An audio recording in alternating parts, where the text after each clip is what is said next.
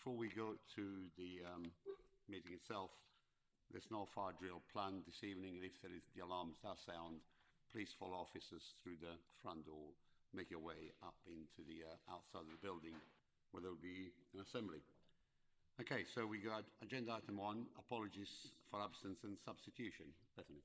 Thank you, Chair. I've received apologies from Councillor Fairley with Councillor Andrea Cossins substituting, as well as apologies from Councillor Newton with Councillor Smith substituting. Thank you. Can you hear me now? Did you want me to repeat that?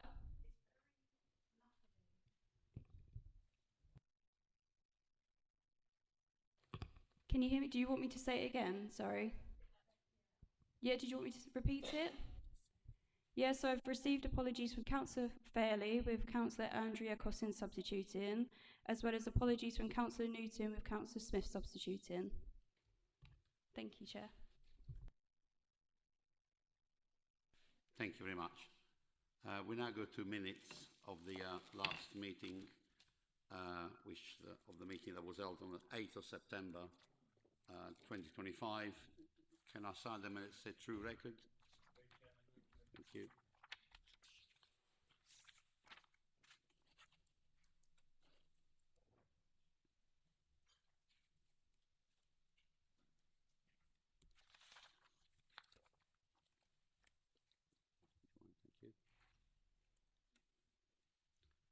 Next item is declaration of interest. Members have any declaration of interest to be declared on any of the items? No? Okay, thank you very much. Agenda item 4 is question or notice pursuant to Council Procedure Rule 38. Thank you, Chair. There are no questions. Thank you very much, Bethany. Next item is public speaking.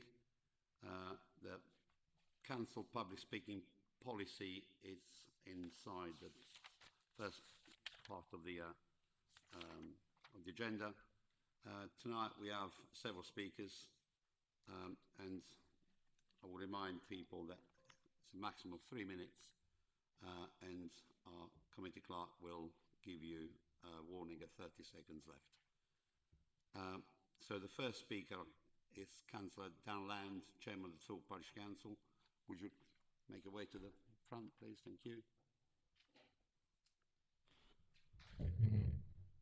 Chairman, thank you very much. Good evening, everybody, and Merry Christmas to you all. Thorpe Soken has been open-minded and accepting of new housing targets from the get-go. We acknowledge that they are government-enforced, so decided to work with TDC in order to identify workable solutions. We knew where we did not want development, land to the south of Station Road owned by the Lifehouse Spa, and anything east of the High Street due to the severe impact on traffic. So we set about identifying where we could support development and got to work holding meetings, engaging with TDC and local landowners to try and find the best fit for all. Key drivers included minimise further encroachment of the development towards boundaries of Thorpe Hall Historic Park and Garden, work with the Frinton and Walton Town Council to ease development coming from the east of Thorpe through the village. Brownfield sites was particularly important. From the submissions, we had sight of Thorpe Maltings and land to the west of the village on Colchester Road, plus some minor extension to the Lady Nelson Gardens development were the most favourable. Fast forward to a few weeks ago, and we see the report from TDC has included all of Thorpe's quota on land around the Lifehouse Spa. The entire quota of 310 properties is proposed to be located on land surrounding the historic park and gardens, totally eroding the surrounding countryside, which is so key to the setting of the heritage asset. In 2019, Tendring District Council and the village of Thorpe fought off a large application from the Lifehouse Spa. The appeal spanned over months. The Lifehouse Spa spent vast sums of money employing the best experts in the land in a bid to win. The conclusion of that very long and tiring inspector's appeal was that the inspector ruled in favour of Tendring District Council's decision to turn down 200 houses on land south of Station Road. The exact same land that the paper before you tonight has on it. It was a huge day for Thorpe. We had beaten the best experts and barrister in the land. That decision was taken to the High Court by the Lifehouse, and once again TDC and the villagers had to stand their ground and fight the cause. Another 2-day hearing in London with Lord Justice Ouseley, who found that the inspector's decision was sound. The inspector's appeal decision honed in particularly on the significant harm to the registered park and garden and the conservation area, as well as negative impact on biodiversity, including many protected species which live in and around that area. Final comments were it would cause significant harm to the registered park and garden, its associated wildlife habitats and conservation area, and the public right-of-way being swamped by residential housing. Another hugely relevant point on all of this is that at the time the council could not demonstrate a 5-year housing supply, but the inspector still ruled in favour of the council and the villagers of Thorpe. The site, we have an alternative site which we would like to put forward instead of this one. The site is approximately 12.5 acres, 5.06 hectares in size and strategically located within walking distance of the High Street and on a far wider, more free-flowing section of the road network. Based on a moderate density special strategy of 12 dwellings per acre using the government guidelines, this site could accommodate 150 dwellings. Additional infill sites that could provide an additional 30 plus dwellings have also been identified from the earlier submissions and would be supported by the parish council. The Colchester Road site, Thorpe Maltings and infill sites could yield land supply for a potential 230 to 240 dwellings. Added to the 110 dwellings suggested for the extension to the Lady Nelson Gardens development by the Lifehouse Spa, this could see a potential supply of up to 350 houses without the need to include the site before you tonight, south of the historic Park and Gardens on Station Road. That's what I've got to say, everyone. It was a big shock to see that that site was included into the documents before you tonight. I fought my life to try to stop that land getting developed, and so did many, many people in Thorpe Lysoken, and we dedicated everything to it. So that's my speech. Thank you very much. The next speaker is Mr. David Banks. If you'd like to make your way to the front. Yep, copy that. David Banks, Thorpe resident. Some praise, comment, observation, criticism. I've observed and attended the public consultations hosted by Tendring, particularly Gary and Paul, and they've conducted themselves with professionalism, sensibility to public anxiety. Thank you very much. Taking Walton through Wheelie onto Colchester Road as one example through Tendring, it must be clear to all of us that the roads are beyond capacity. If we take Thorpe Green as a datum point west, then I calculate, looking at your maps, that a further 1,020 houses will be built east of that point. What's that going to do? Add another 1,200 regular vehicles? I thought the whole point of it was a major consideration was to focus west, where at least the roads can be improved in the remote hope of government funding for infrastructure. And now I do have to address the Labour members of the party. I think your aspirations to build affordable housing is creditworthy, but if the government is unwilling or unable to provide money for infrastructure, roads, sewer, power, let alone civic amenities, your aspiration simply becomes political dogma dictated by Westminster, and what you're actually doing is alienating the public vote, destroying Tendring villages, the countryside, and quite probably, let's be honest, you're not going to be delivering your 1.5 million houses or anywhere near it. So, 2 points. With this rush for building, please ensure that Gary and Paul and his team are adequately resourced. Speaking as an engineer, I fear that in 8 years' time we will face another crisis of subsidence, broken drains, cheap plastic cladding falling off. Please ensure that they have adequate resources and strict planning and building control. Finally, my old bugbear, Thorpe Maltings. Please attempt to remove English heritage from any view they might have on this site. They have presided over a farce. Knock it down, let the owners of the pub and the Maltings do what they want within reasonable planning control. But let's not be held up by English heritage, none of whom probably live in Tendring. It is an absolute eyesore. Thank you very much. Mr. Banks, thank you very much indeed. Well in time. The next speaker is Councillor Julian Jepson, who is the Chairman of Great Bentley Parish Council.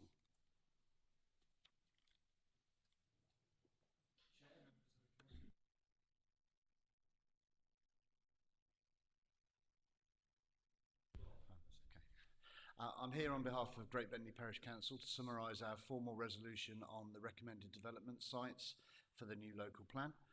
Following a well-attended public meeting and our full parish council last Thursday, the parish council carefully considered the views of residents at the meeting and the practical implications of development across the village.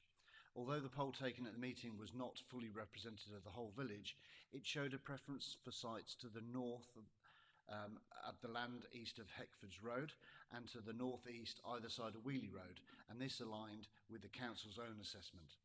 It's important to underline that vehicle movements and parking have been consistently the top two issues raised with the parish council by residents. The village already experiences daily congestion at a single critical pinch point where the railway crossing, the school gates, the key village amenities all meet. The vast majority of vehicles south of the village, be they local, school-related or through traffic, must pass through that narrow and frequently gridlocked location. There's no alternative route. Development on the south side of the village, particularly on St Mary's Field to the east of Plough Road and the land to the west of Plough Road, would significantly worsen this situation. There is no feasible way to widen or reconfigure the internal village network to alleviate the bottleneck. By contrast, directing development to the north and northeast of the village places traffic closer to the A133, where traffic capacity could be improved and managed more effectively. And we hope that highways can assist with options to improve traffic flow and safety in and out of the village onto the A133. We recognise that additional housing is not ideal in the village, but we must plan for the required 225 homes over the next decade. While sites to the north and northeast slightly out-deliver at around 280 dwellings, they do provide, in our view, the least harmful impact on the traffic, offer safer access to the main A road network, and the outline plans for these sites already include a willingness to make S106 contributions towards community projects. For these reasons, the Parish Council resolved unanimously to recommend 3 sites to the north and northeast for inclusion in the local plan, and to oppose including further development at St Mary's Field to the east of Plough Road and the addition of the land to the west of Plough Road due to that severe and unresolvable traffic impacts that would increase through the village centre. The Parish Council understand the requirement for further housing by the government and have accepted that Great Bentley should take on their share, but we're calling on your support today to ensure this development is in the best location for our village and asking you to consider this change to the draft proposal. Thank you. Councillor Jepson, well in time as well. The next speaker is Councillor Martin Cooper from Thorpe-le-Soken Parish Council.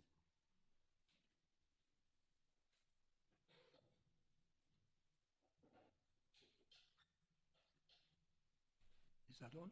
That's okay. on, yeah. Thank you very much. There's 30 seconds left. Thank you. Thank you.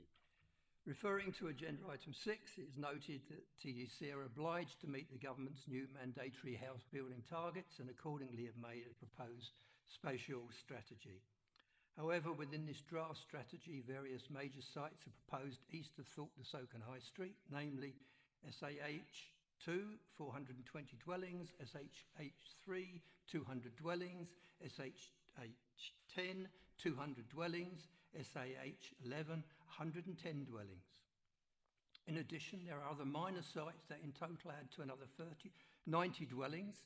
This sum totals over 900 dwellings and a large number of new residents, of which a large percentage to leave the Tendring Peninsula will have to drive their vehicles through or endeavour to bypass Thorpe-le-Soken.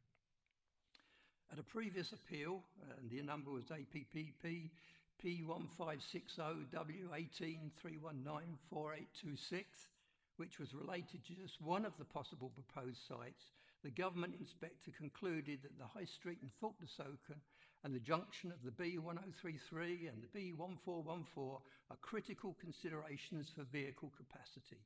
The inspector further concluded that vehicle capacity determined by application TA 7999 would, irrespective of mitigation proposed by the developer at the time, due to such features as narrow carriageways, variable road widths, pinch points and bus stops, make the actual sustainable traffic flow much lower than the standard. The inspector further concluded that with all of the then proposed development, the actual sustainable capacity would be reached by 2023. That's gone. The village of Thorpe already suffers immensely from through traffic, which at times becomes unbearable. It is also recognised that a village bypass at this time is not a feasible option. Therefore, recognising the dilemma that TDC faces with what are possibly unreasonably imposed house building targets, it is asked that they take note of the situation and all available opportunity be given to the residents of the villages and the village of Thorpe to have a dialogue with the council that provides not only a solution to the housing needs in the Tendring Peninsula, but also endeavours to maintain the intrinsic value and integrity of the various conservation areas of Thorpe. One area of discussion being that any major development proposed for Thorpe le Saucon, as far as possible, takes place on the west of the village. Thank you. Thanks so much indeed, Councillor Cooper. The next speaker is Mark Court, Mr. Mark Court.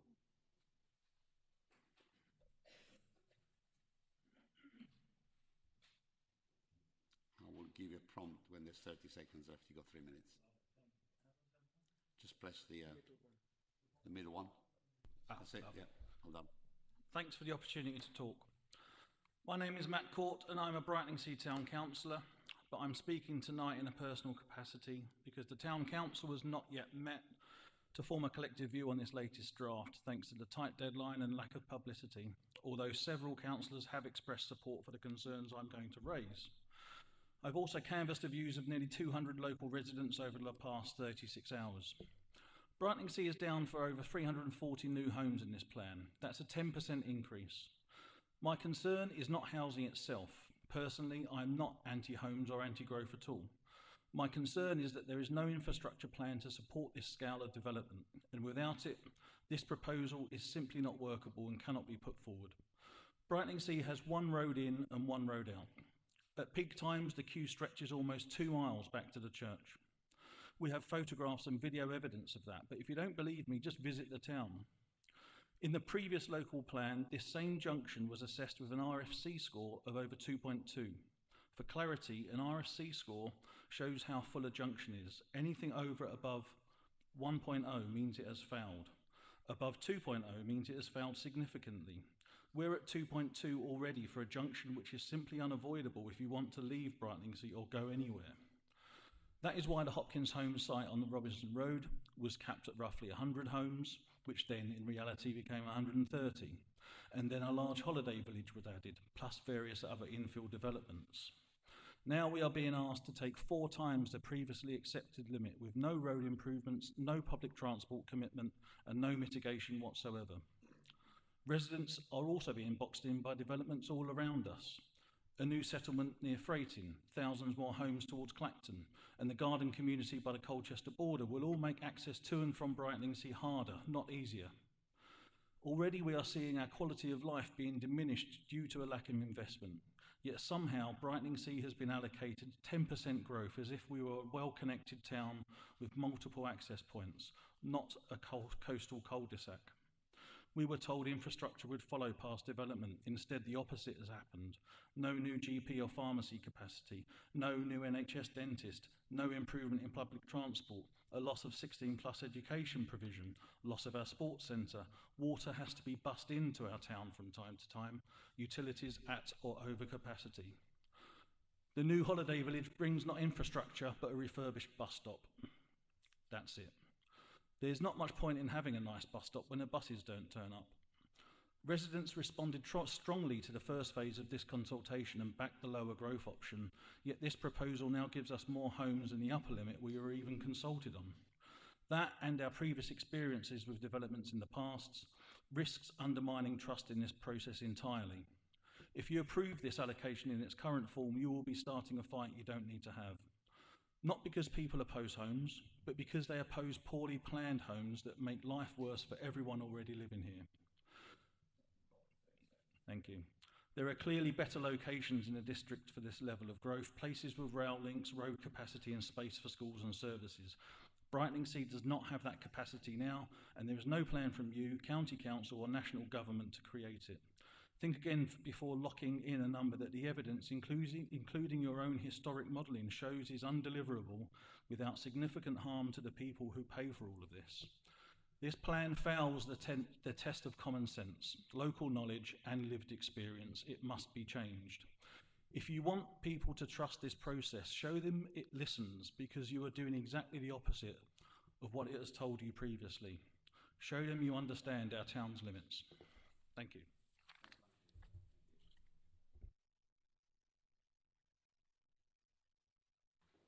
The last speaker is Mr. Martin Robeson, by speaking on A2. Mr. Robeson, do you want to speak now, address the committee, or do you want to wait until the...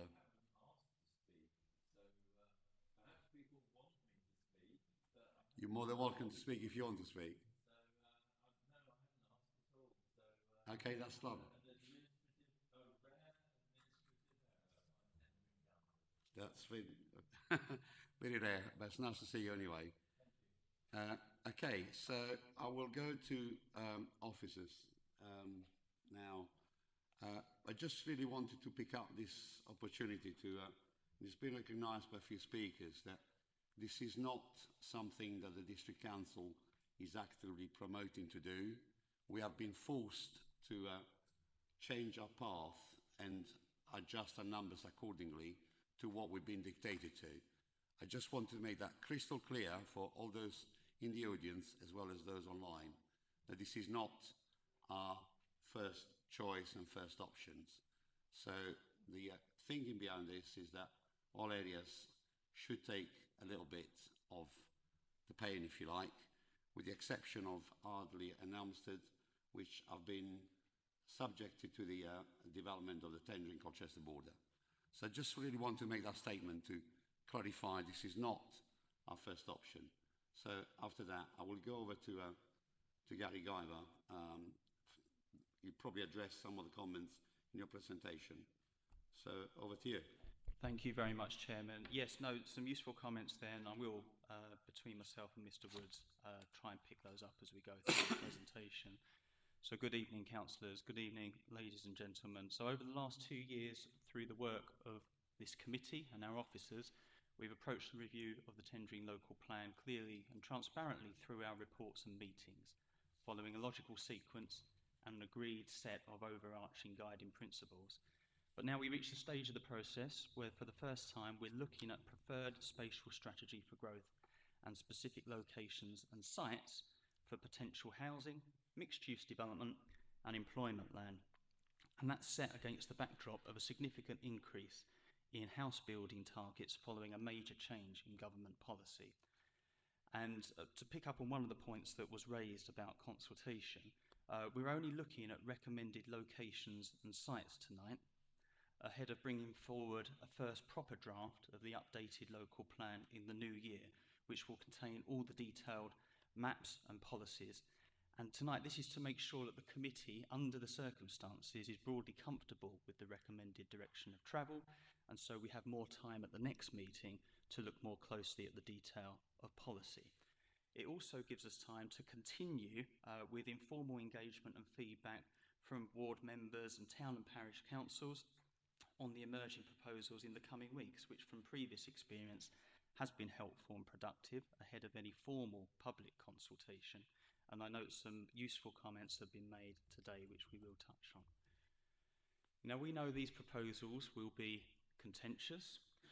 We know people will question why so much development is being planned for and whether it will actually happen.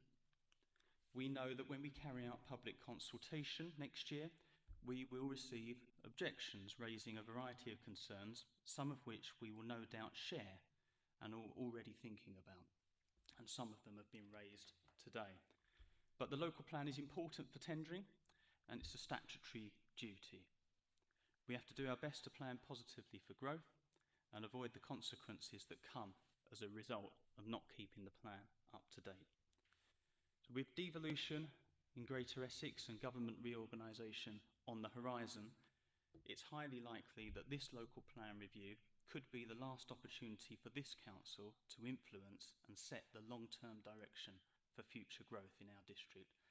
Before the structure of local government changes, planning decisions pass to a future unitary authority, with strategic planning powers passing to the future combined mayoral authority. But as well as being our last chance to set the long-term direction for growth in the district, this local plan is also important for tendering in the immediate term when the new house building targets kick in next month. Very pressing also is the need to have a new local plan ready to submit to the Secretary of State before the end of next year, when the planning rules change again and a very different standardised style of local plan will be expected by the government. Having to start the whole process again from scratch is something I suggest we will want to avoid. But let's talk a bit about housing numbers. It has been touched on. So the government has a national target to deliver 1.5 million homes in the current parliamentary term. And there's been a lot of media on this. Even this morning there was articles on this where the minister was interviewed and asked whether it will be achieved. It's not going well at the moment, but the ambition of the government is still to achieve 1.5 million new homes. It's a very ambitious national target, which has consequences for us.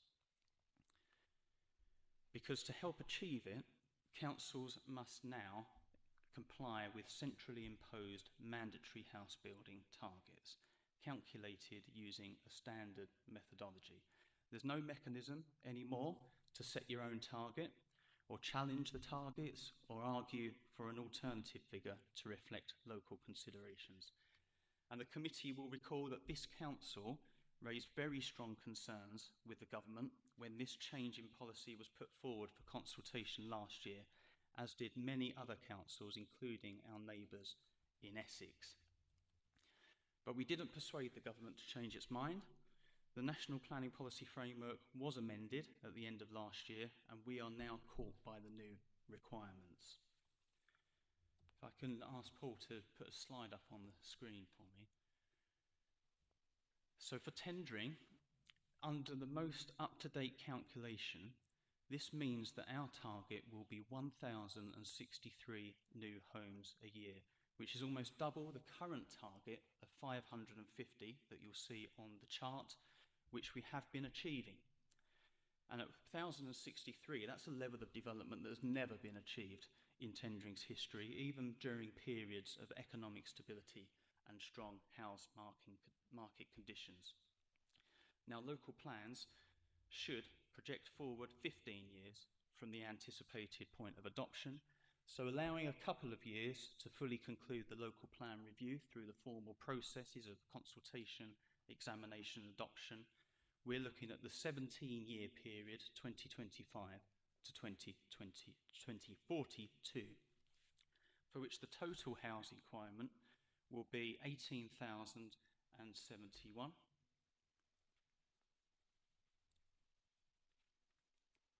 And that is basically 1,063 multiplied by 17. That's a 24% increase in tendering's existing housing stock over 17 years, which in itself feels optimistic, to say the least, and heavily dependent on many factors that will be beyond our control. But they're the rules. That's what we now have to work with. And the target going up from 550 to 1,063 a year next month also has shorter-term implications for decision-making, because we will move from having a comfortable 6.5-year housing supply at present to something nearer 3.5 years. And I refer to calculations contained within an updated Strategic Housing Land Availability Assessment, SHLA, that Paul Wood's team has produced and which is published as a background document on the council's website. The consequence of going from a comfortable surplus in housing supply to an immediate deficit against the 5-year requirement, literally overnight on the 26th of January, is the application of what we call the tilted balance to the presumption in favour of sustainable development set out in national planning policy. And that means for some sites and some planning applications, there will be an expectation for the council to grant permission for housing development, unless there are very good planning reasons not to do so. Otherwise, we face the prospect of planning decisions being overturned at appeal, a situation some of our communities will be only too familiar with from our experience of 8 or 9 years ago. And Chairman of Great Bentley Parish Council, you'll be only too aware of this because Great Bentley was particularly affected at the time. Having an updated local plan in place, even in draft form, while it progresses through the various stages of the statutory process, would at least give us some guidance to work with and some protection that we wouldn't otherwise have. So 18,000 homes, 18,000 between now and 2042. So for a semi-rural district like Tendring, where our main centres of population are on the coast, and we spoke earlier about Brightlingsea, where the environment is sensitive, the infrastructure is constrained, this requirement is an extremely difficult and challenging prospect, which has required us to consider radical options for how growth can be accommodated, that we wouldn't have needed to go anywhere near if not for the change in government policy. Paul, if you can change the slide, thank you.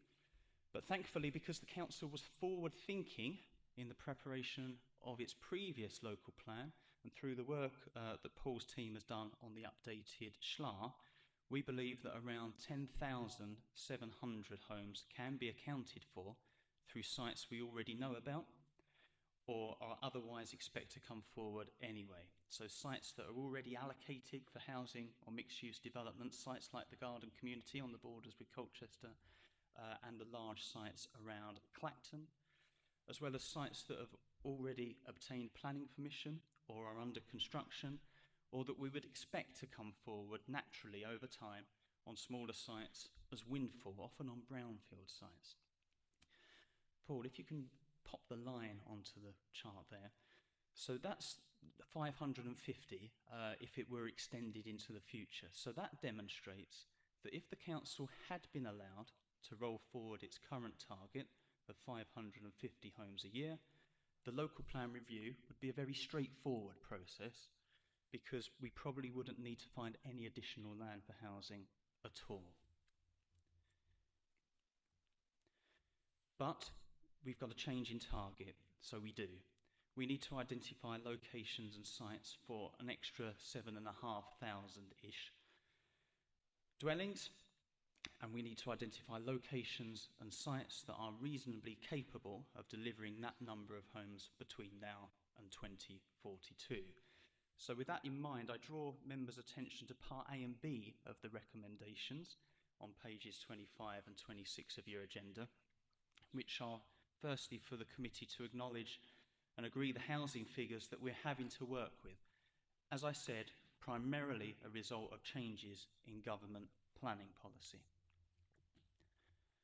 But in coming up with a sustainable strategy for accommodating the extra growth and identifying specific locations and sites for that purpose, the council must have regard to a whole range of factors, not least of which is the speed at which new homes can realistically be built in any one location, in any one year, thinking about economic viability and potential market demand, as well as the capacity of infrastructure and the ability or potential to create or expand upon existing infrastructure, services and facilities to serve new development, particularly, and we've heard tonight, transport, schools, health, utilities like water and electricity, things we care about and things our residents care about. As always, the positive impact of development in supporting growth in the economy, which it does, and addressing the housing need of a growing population, as it does, has to be considered alongside the impact on the environment, our wildlife, the character of our landscapes, the character of our towns and villages, and land needed for food production. Again, things we care about and things our residents care about. Now, the overarching spatial strategy for growth set out in these papers and the recommended choice of locations and sites has been informed by the comments we received in response to the issues and options consultation earlier in the year, and the evidence and technical studies that have been produced to date that will continue to be developed and added to in the coming months. The choices have also been informed, but not necessarily determined, by the sites put forward for consideration by landowners and developers and others in response to 2 call for sites consultation exercises we've carried out as part of the process. and our officers' analysis of those site proposals. So on the screen at the moment, you'll recall that we consulted the public on 4 high-level options for the distribution of future housing development and employment land across different parts of our district, knowing full well that all of them had difficulties and challenges. All of them were unlikely to be achievable without some significant investment in infrastructure, picking up on the very valid point that was raised from the gallery earlier. All of them were similar in many respects because of the sheer scale of the housing target and the limited ways you can realistically accommodate such a large number, and none of them were likely to be particularly popular.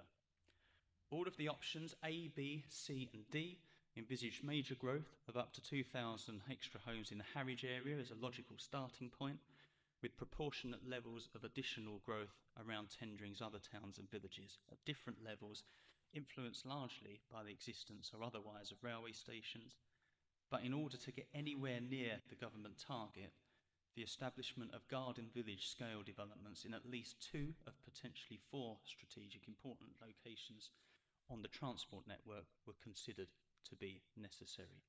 These would be developments of a scale that would justify and deliver their own infrastructure, would be comprehensively planned from the outset, and that would most likely come forward later on in the planned period, following a number of years of planning and working up the detail, with some of the development happening before 2042, but much of it continuing in the longer term, beyond 2042, to meet the needs of future generations.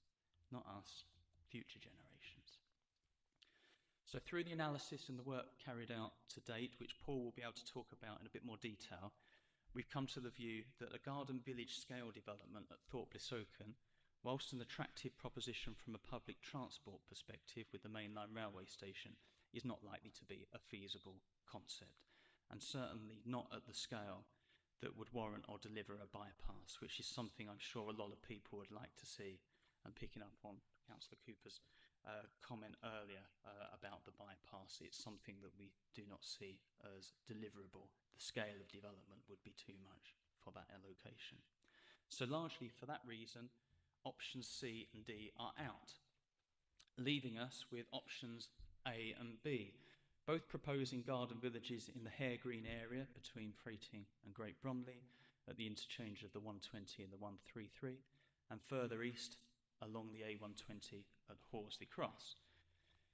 Your officer's recommendation for the preferred option, having considered a number of factors including land availability and deliverability, is actually a combination of options A and B, with a main focus of growth on Harwich, Hare Green, Horsley Cross, with housing accompanied by strategic employment sites, another, albeit smaller, garden village type development at Wheeley, and proportionate additional growth around the district's other towns and villages, particularly those with railway stations. Now, remembering, of course, that significant development is already proposed in our current local plan at the Tendring Colchester Borders Garden Community, and on land around Clacton, we're not looking to add any significant additional sites for housing in those areas. That said, we are recommending the inclusion of a large strategic employment site north of the A120 and north of the garden community site. But aside from that specific site, that could only ever come forward following the completion of the A133 link road and the associated junction onto the 120, we're looking to protect the parishes of Ardley and Elmstead from any additional development allocations. Given the location of the garden community, the significant amount of development already happening, particularly in Elmstead Market, and the very recently adopted neighbourhood plans the 2 parish councils have worked hard to put in place. We are also upholding the principle agreed by the committee at the beginning of the local plan review process to retain and protect the district's strategic green gaps. And we could be looking to expand that protection in certain locations. But there will be landowners and developers whose sites have been discounted that will disagree with that idea, and we anticipate that. So I'd refer members at this point to Part C of the recommendation on page 26, which is essentially for the committee to note that officers are recommending this hybrid of options A and B as the preferred spatial strategy going forward into the local plan. And the report contains fuller explanation as to how this recommendation has been reached. And I do also draw members' attention to the update sheet, which shows a corrected version of the schematic showing the preferred option that is recommended. Now, if we take the schematic showing the preferred spatial strategy option, and if we replace it with a map of the district showing all the sites that have been submitted to the council by landowners and developers for consideration, and what I'll do is we'll flick between these a few times so I can make the point. You can hopefully see some parallels between the preferred spatial strategy and the rough distribution of sites submitted across the district that we have received. Now, with the exception of sites around Clacton, Elmstead Market and Ardley, and sites in our strategic green gaps, whereas I've just explained we're not looking to allocate additional land for development, you can hopefully see, and if Paul, if you can flick between them again a couple of times, that the pattern and distribution of sites is broadly reflective of the preferred strategy being recommended. Now, this is reassuring in a sense because it suggests that no one, particularly from a landowner or developer perspective, appears to be promoting a notably different idea for the overall distribution of growth across the district to either the four options we put out to consultation initially, nor the spatial strategy that we're recommending now. But not all of these sites are needed to deliver the growth requirement we're looking at, and not all of them have made the cut for being recommended for inclusion in the local plan. If we now take away the sites that we are not recommending for inclusion in the plan, you can see the pattern of growth officers are actually recommending more clearly. And Paul, if you wouldn't mind just flicking between those last two a couple of times for the benefit of those watching.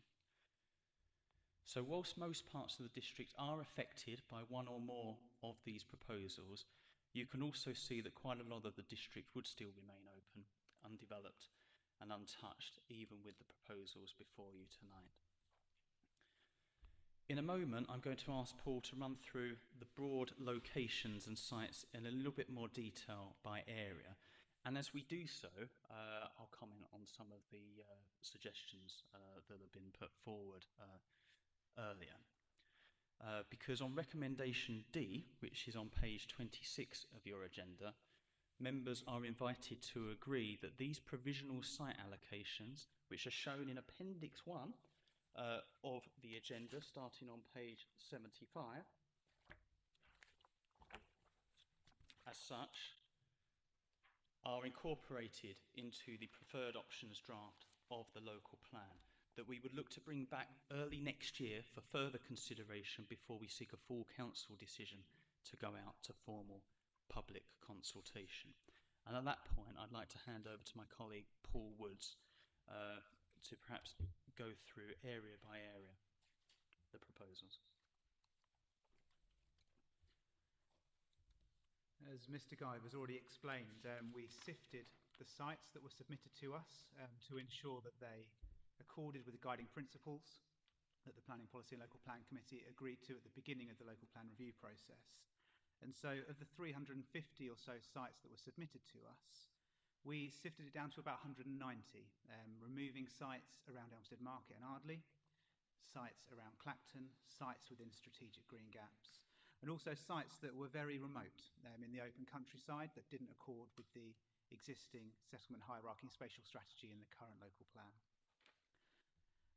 Each of those 190 sites that remained were assessed in a systematic way, recorded using the methodology and the tables that have been long established in our Strategic Housing Land Availability Assessment, the SHLA document, which is published as a background document to tonight's report.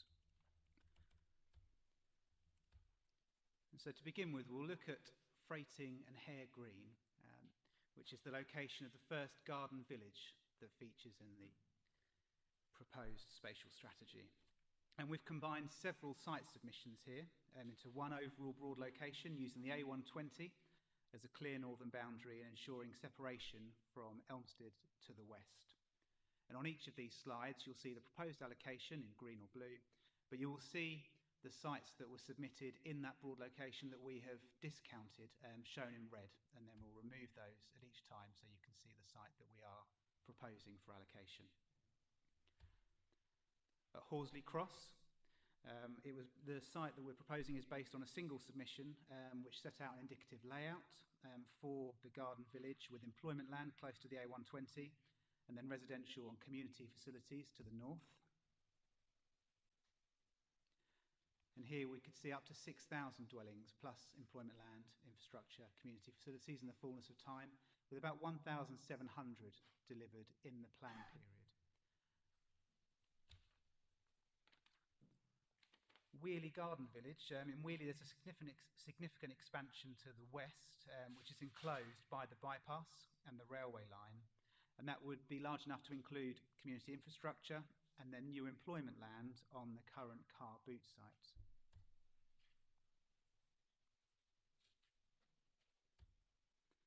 And then in Harwich and Dovercourt, given the significant constraints around Harwich, most of the growth is proposed on land south of Oakley Road, which is enough homes to deliver infrastructure and community facilities, alongside two smaller sites within the existing settlement boundary, as well as an allocation for employment land just north of the A120. Then turning to our smaller urban settlements, in Frinton, Walton and Kirby Cross. In Frinton, a small site accessed from Branscombe Close for 40 dwellings. In Walton on the Naze, land adjacent to the recent development around the Martello Tower. And then in Kirby Cross, land to the north of Thorpe Road for 420 dwellings, with highway access there being proposed to the west, and then pedestrian and cycle access possible at a number of points throughout the site. There was another large site to the south of the railway line, but having looked at highways considerations and consulted with our colleagues at Essex County Council, getting safe and suitable access there doesn't seem to be feasible. And there were quite a number of sites proposed within the strategic green gap, which have also been discounted. At Kirby Le Soken, two sites are proposed that don't affect strategic green gaps, both of them north of the main road, with suitable access to existing services within the village. At Manningtree, Lawford and Mistley, Manningtree's seen a lot of growth in recent years, with major schemes still under construction. And so the approach here is to concentrate growth on brownfield land rather than expanding into the green gap or further south into the open countryside. And then at Brightlingsea, most of the growth in Brightlingsea is currently proposed to the north of the town, with a smaller section of a large site that was proposed for allocation there. The two smaller sites, one greenfield and one brownfield, are also proposed. Thank you, Paul. And just at that point, I just want to reflect on some of the comments that Matt Court made earlier on, and I thank him for that. Because I think we do recognise how constrained Brightlingsea is an area. In previous reviews of the local plan, we've sought to minimise the level of development that happens in this area.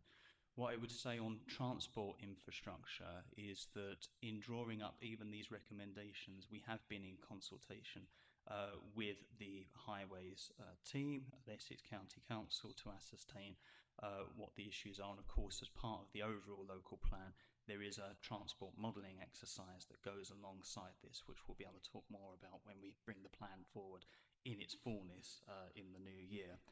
But what I would say at this point, you've heard how staggeringly high the housing numbers for the district are overall. The numbers that are proposed for the Brightlingsea area actually represent 2% of the total requirement for the whole district, although I do appreciate it's a big increase on what's there. But overall, in the context of these housing numbers, it's a 2% increase, and it is something that we have been consulting highways on, and there is evidence being produced that will support the local plan coming forward in due course. Thank you, Paul. what we have been able to do in many locations, and Brightlingsea is one example, is assess a site and understand its impact, in this case particularly on the conservation area and listed building, and contact the promoters and discuss a smaller subsection of the site, which has been the case here.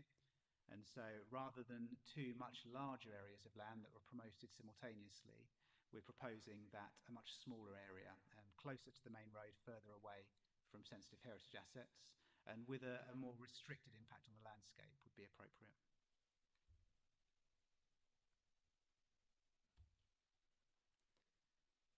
So into the next level in our settlement hierarchy is the rural service centres. So Alresford, the proposed allocations here are to the north of the village, on sites that are contained by the main road and by Cockaines Lane, avoiding sites that would extend to the south into the open countryside.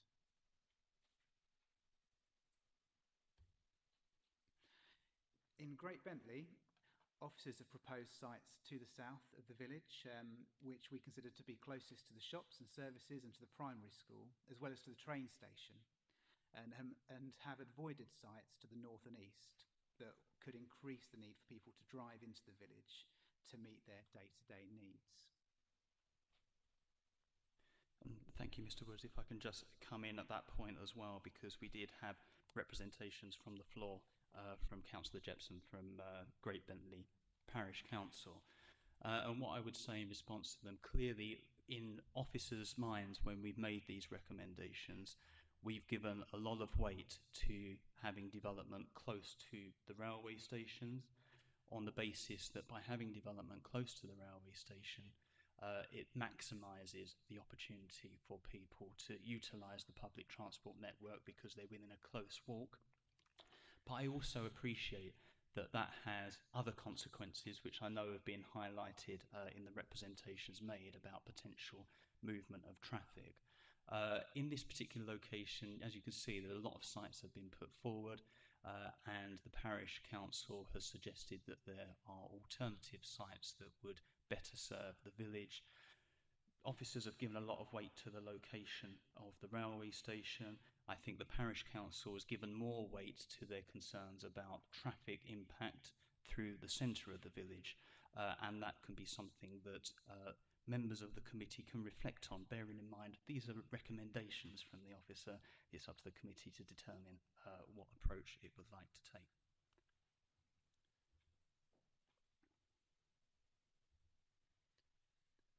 In Little Clacton, we received a lot of submissions, but we're proposing the site at Amarylls Road, which is the most contained, is likely to have the least impact on the countryside, and importantly, it seeks to avoid coalescence with Wheely Heath.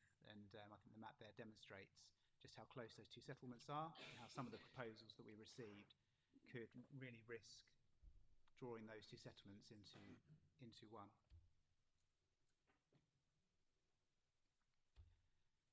At St Osyth, the proposed allocation is the site closest to the centre of the village to ensure that the best possible access to existing services is available for new residents. And at Thorpe Le Soken, officers are proposing a site that continues existing development south of Frinton Road, and then a larger site closer to the railway station, which also propose significant habitat improvement opportunities. There are opportunities to help regenerate the area, build the case for improved rail services, whereas sites to the north of the village have access issues and extend much more into the open countryside, while the large site to the west was considered less well connected in public transport terms and is removed from the services and infrastructure of the village itself. Thank you, Mr. Woods. And if I can interject at that point as well and reflect on some of the comments received from Councillor Land, Councillor Cooper and Mr Banks about development in Thorpe Le Soken. Clearly here again, we're very conscious of the traffic implications of any growth in the wider area. I'm not just talking about here, we're talking about the Frinton and Walton area as well. I know the area very well. And part of the theory around the locations of growth to the south was about maximising, similar to Great Bentley, maximising the opportunity to locate development close to the railway station And one of the benefits that we felt the southern site would have is that just because that's where the development is doesn't necessarily mean that all of the traffic that emanates from it needs to go through the centre of the village, because there would be essentially three options. One, yes, you go through the centre of the village. Two, you can go directly south towards Clacton. Or three, you could make the use of rail. Now, clearly, we've heard sort of alternative view from parish council and local representatives concerned that we've picked the wrong side of the village to be developing on, with a preference that the development should be further to the west. So about that, I would say, so the officers, we've given a lot of weight to the location being near the railway station. I do really appreciate, because I was involved in the appeal previously, and the concerns that were raised. Again, we have reconsulted highways on these emerging proposals as we've gone on. But clearly, from a local perspective, more weight is being given to the local concerns about traffic generation, and that's why there is a suggestion before us that we should have selected the site further to the west. Again, I can understand the benefit in that as well, and I can understand the logic in that. And when it comes to members' consideration, bear in mind these are recommendations. The committee can consider whether an alternative approach is required, and I'd be more than happy to provide advice if that were to come up.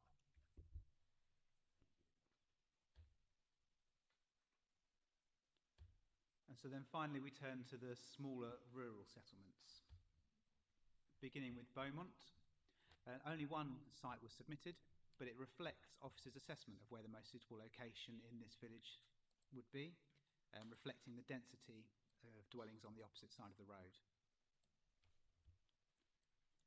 In Bradfield, we're proposing an enclosed site with defensible boundaries on three sides, which seeks to minimise the impact on the area of outstanding natural beauty and avoiding growth into the open countryside to the south of the village.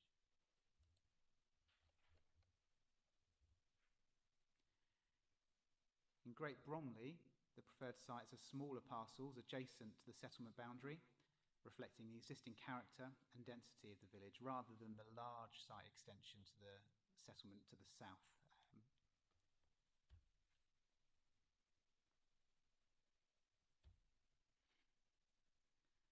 Sites in Great Holland sit alongside the main road and adjacent to the settlement boundary, rather than extending the settlement to the south into the countryside. This is another example of a site that was larger when it was proposed to us, but officers consider that a smaller allocation to the east of the main road there is more suitable.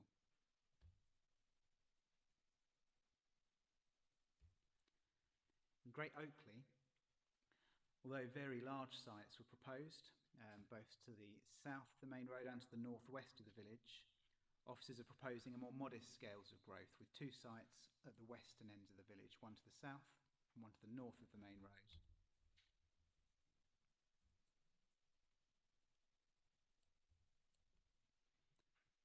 Little Bentley, we're proposing a small site opposite existing homes and to the north of the pub, and to maintain the character and the scale of the village.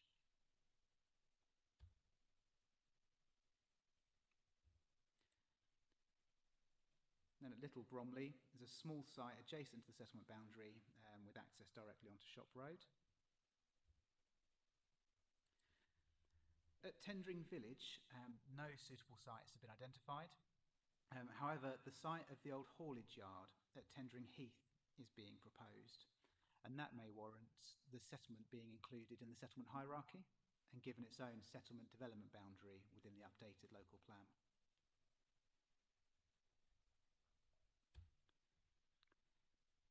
Three sites were submitted within the confines of Church Road, Station Road and Clacton Road at Thorrington, and the central parcel has been selected as it gives good access via Averset Place.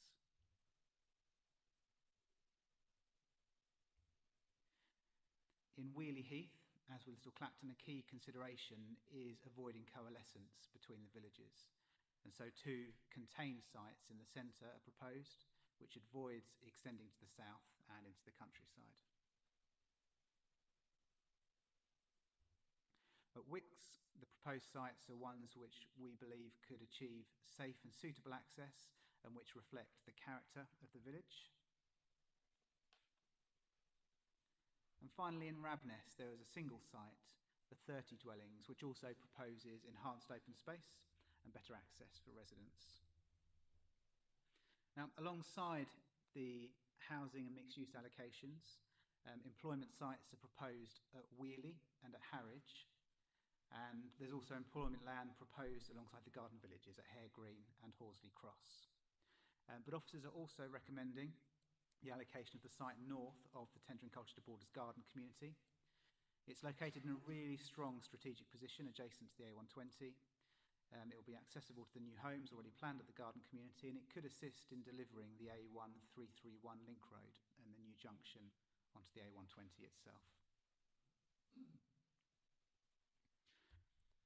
And so this map shows the allocations that are being proposed across the whole district. And then on to an updated version of the housing trajectory chart that Gary spoke about previously. And so when we factor in the proposed allocations, the trajectory for the years 25 to 42 looks more like this. And what it shows is it enables us to meet the housing requirement across the plan period. Now, the NPPF requires us to meet the annual housing requirement plus 5% in years 1 to 5, and it expects us to bring forward some of the requirement from the rest of the plan period. And so what you can see here is that we rely quite heavily on the smaller sites coming forward early in the plan period to meet that initial need. Although even those smaller sites will require a couple of years to go through the planning process before they begin delivering. And so you'll see in years 3 to 5, we see higher delivery before we come back down to around the annual requirement in years 6 to 11. And then from year 12 onwards, we see an increase again as some of the largest sites, the garden villages and the garden community, become more firmly established. And this is where our headroom or our buffer in the local plan comes in. And one practical point, before I hand back to Mr. Guyver, that comes out of this meeting this evening is the change to our programme of reviewing the local plan. Officers are currently proposing that the first full draft of the local plan, the preferred options draft, be brought back to the committee early in the new year. And so the Local Development Scheme, or the LDS, is the document that the council publishes to make sure that developers, statutory consultees and members of the public are aware of when our consultations are due to take place and can be prepared to engage accordingly with the local plan. And so at Appendix 2 of the report, we present an updated version of the Local Development Scheme, beginning on page 85 of your agenda. And it's shown as tracked changes, which means modifications from the previous version from February this year are shown in red. Additional text is underlined and deletions are crossed through.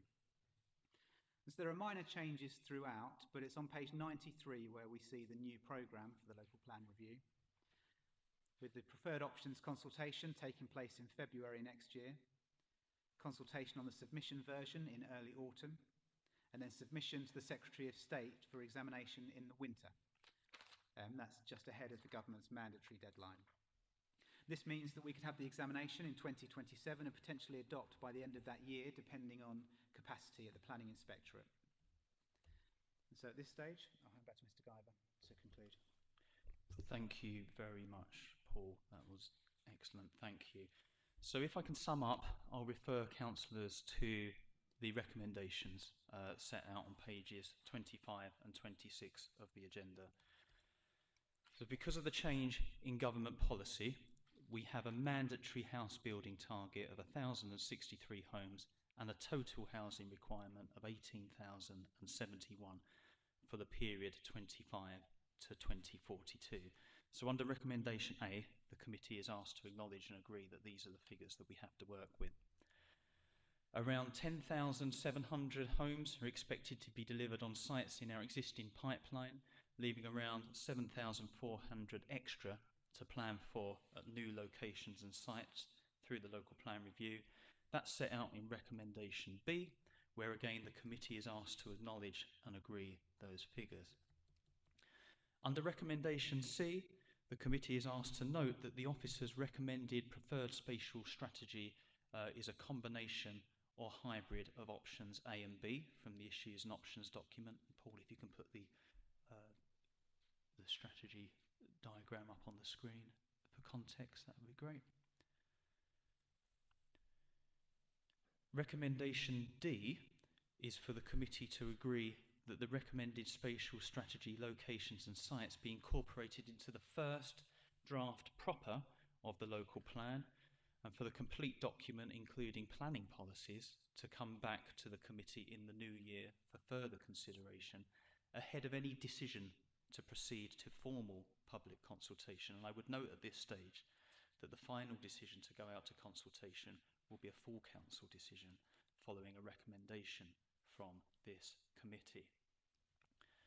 And if the committee is happy to proceed with the recommended locations and sites, or with any amendments, and as I've said, we've heard some representations suggesting amendments to what's here, which I can be more than happy to provide advice on if members are sympathetic to those views. So under recommendation E, it would be to take forward the recommended locations and sites with any amendments, and to continue informal engagement in the coming weeks with ward councillors and town and parish councils to make them aware of the emerging proposals, invite further feedback, and seek cooperation and assistance in promoting and publicising the formal public consultation when we hopefully progress to that stage next year. The recommendations in this report are informed by the evidence base that has been produced to date.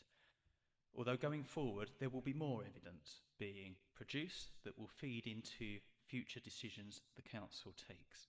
So under recommendation F, the committee is asked to note this, along with the intention to complete the evidence base to inform the council's final decisions on the plan to be submitted to the Secretary of State, along with the comments we received through the consultation. The timetable, as Paul has rightly said, for completing the local plan review has needed to be adjusted, and under recommendation G, we are seeking the committee's agreement to an updated version of the local development scheme attached as Appendix 2, starting on page 85, which contains the updated programme, key to which is 2 public consultation stages in 2026 and the submission of the local plan to the Secretary of State before the end of next year. And finally, recommendation H is for the committee to note and acknowledge that 26th of January 26 is the date when the new mandatory house building targets comes into effect for the purpose of decision making, particularly for calculating and demonstrating a 5-year housing supply as required by national policy, the practical implications of which I touched on and are set out in the report. Chairman, Mr Woods, Mr Yarlsma and myself would be only too happy to answer any questions. Thank you. Thank you very much indeed for a very comprehensive presentation and also for addressing some of the comments by the public speakers and also for going through the various bullet points on the recommendations. I will go to members. Councillor Chapman. Thank you, Chairman. I hope I'm not going to overlap too much, but I've actually written out my questions are built into this sort of statement. But first, I'd like to thank the officers for their dedication, hard work and time. It has taken them to put together this report. Also, the workshops and all members' briefings. Thank you also to Jacob for taking time to let me know about the changes to the original proposal. Or perhaps I should be thanking Essex County Highways for highlighting the danger of the road in the original plan. I just need to confirm where we stand on the infrastructure policies. If the infrastructure cannot be put into place, what happens? It is known and common knowledge that Anglia Water have stated they are struggling to get any more water into the town, and Affinity cannot cope with any more dirty water. But infrastructure consists of so much more. It includes schools, doctors, dentists. Our schools are full, dentists are refusing more patients, and our doctors can't cope now.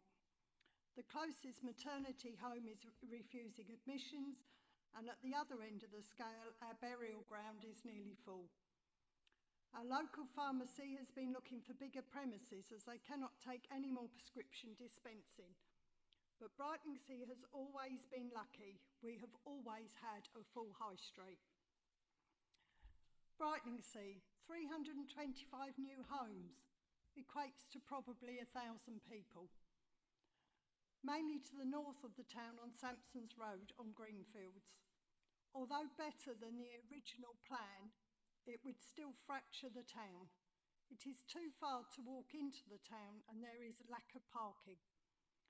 The same site that was refused for a football club to move to because of light pollution and wildlife surveys, curlews, bats and newts, all that we have to consider. The same site that was refused because of the danger of extra cars coming out onto our main one road and refused because the infrastructure could not be put in place. The same site that was refused because of potential flooding, and yet it's now okay to build put the extra houses. The main road in and out has been blocked and cut us off 5 times in as many months. Actually, it's probably in as many weeks, the last one being Saturday. And at the last floods, nearly made us an island again. It now takes on average 30 minutes longer to get in and out during the peak time. But I must stress that a high percentage of residents do not want another road. Can I ask, and this is one of the questions, we have a large building plot in the centre of a housing estate. Yes, it has a covenant on it, but surely with government dictating numbers, they should be approached and get that covenant removed from land that has been derelict for several years. An additional burden on our infrastructure is Lower Farm Holiday Park with retirement homes and large houses. But I do understand the situation you're in, and I do sympathise with what you've been thrown into. But as an elected member, I have to represent my residents, and I can confirm Brightlingsea is not a happy community. I will support the recommendations, somewhat reluctantly, but only because you've just stated you are prepared to listen to comments and other recommendations. Thank you. 2 questions that I picked up. Paul, do you want to address those? Thank you, Chairman. Thank you, Councillor Chapman. The key message I sort of heard from your statement is around infrastructure and concerns around infrastructure. That was borne out through our public consultation earlier in the year. That's the main concern that residents have had when we've spoken to them. It's one of the main concerns when ward and parish councillors have had when we've spoken to them as well. To sit alongside the local plan, there will be a large evidence base, and a large focus of that will be around infrastructure delivery. So to pick up your point around water, for example, we're currently in the very late stages of preparing our water cycle study, and our consultants that are preparing that are engaging with Anglian Water and Affinity Water to understand what capacity there is currently in each of the locations that we're proposing growth, to understand what mitigations are going to be required in order to accommodate those additional homes. And so although we don't have the finished report that's ready to publish just yet, concerns around freshwater and also then wastewater are really important as we prepare the local plan, and so that work is underway and it should be ready to publish alongside the preferred options draft of the local plan next year. Likewise with doctors and schools and roads, we're preparing an infrastructure delivery plan that understands in each of the locations where new homes are proposed where those pressures will be and what those pressures will be. And so we know that across the district there is pressure on doctors' surgeries, for example. And our consultants that prepare the IDP engage with the NHS, engage with the Education Department, Essex County Council, with the Highways Department, again to ensure that these aren't just sites that are selected based on what we see on paper or based on a site visit, but based on technical evidence and engagement with all of those key infrastructure providers. Transport in particular, we have got transport modelling that is underway, that is being prepared alongside Essex County Council Highways and their consultants, Jacobs. They prepared an early overview of the transport implications of the different sites associated with our spatial strategies earlier in the year. And now they're working on much more detailed transport modelling based on the specific sites and the number of dwellings that are being proposed around the district. And that will look to understand what the capacity is on the highways network, where there may need to be upgrades to the roads or to junctions, but also what other sustainable transport mitigations might be needed. And so in some locations, that could well be improvements to bus services, not just to the stops, but to the services themselves in consultation with county. And actually in the Garden Village proposals, we're looking at how they connect in with the garden community as well, with the rapid transit system there. But at Brightlingsea, it's a real challenge because you've got the one road in and out. There's not an appetite locally, and we don't think it's feasible to build a second road. And so we need to look very carefully at the findings of that technical evidence to understand what the capacity is.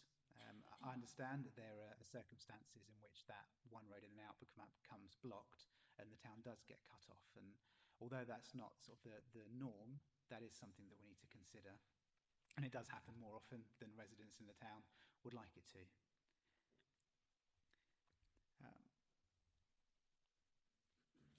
The point around fracturing the town is a very valid point because the site is removed from the town centre, it's removed from where the shops and the services are, a bit closer to the secondary school, which is a little bit more in that direction.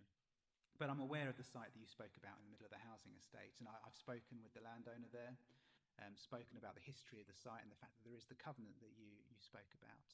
For the local plan review, we need to be able to demonstrate to a planning inspector that the sites we're proposing are deliverable.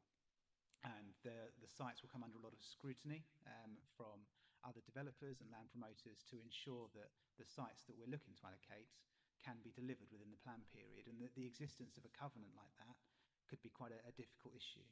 But we have given some advice around how that might be resolved, and it's a site that I think could be really good for development if that deliverability question can be overcome. So we'd be very happy to carry on having those conversations around that site. I think I've picked up your questions there, but I think that Mr. Guyver has got something else to add. I would, thank you, Chairman. Thank you, Councillor Chapman. It was just to come back on the point about water supply and about sewerage capacity as well. And clearly through the local plan review and the evidence that Mr. Woods has spoken about water recycling study, that's key to sit alongside the plan.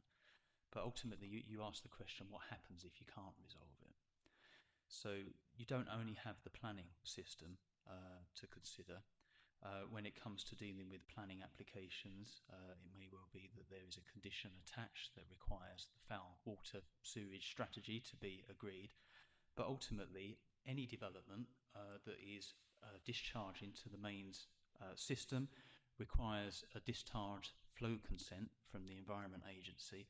And if they can't get that discharge flow consent because there's not enough capacity in the network, the development can't happen.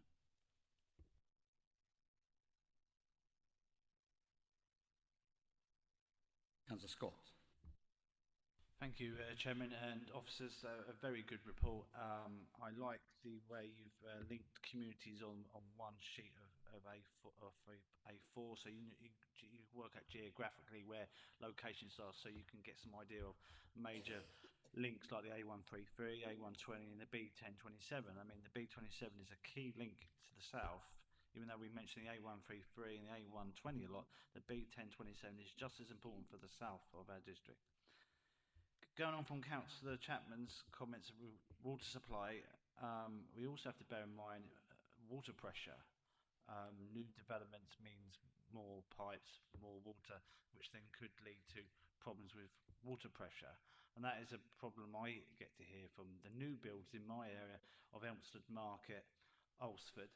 There are areas where water pressure has decreased. So if you plan to build more houses, you need to consider water pressure. I also like to remind the committee that I always bring this up about water conservation. I know we talk about solar panels, we talk about like renewable initiatives, but we also have to bear in mind with the lack of water in our areas. We need to think about grey water, collecting water for the purpose of flushing toilets and water in our gardens. So that would then take the pressure or relieve the using fresh water for drinking and cooking. We can use grey water. So we need to find ways to use that. I've also brought this up several times. There are elderly residents. We have a high elderly population in our district. There are residents who want to downsize from 3 and 4 bed houses to 1 bedroom apartments, like they have in Meadow Close in Elmsted Market.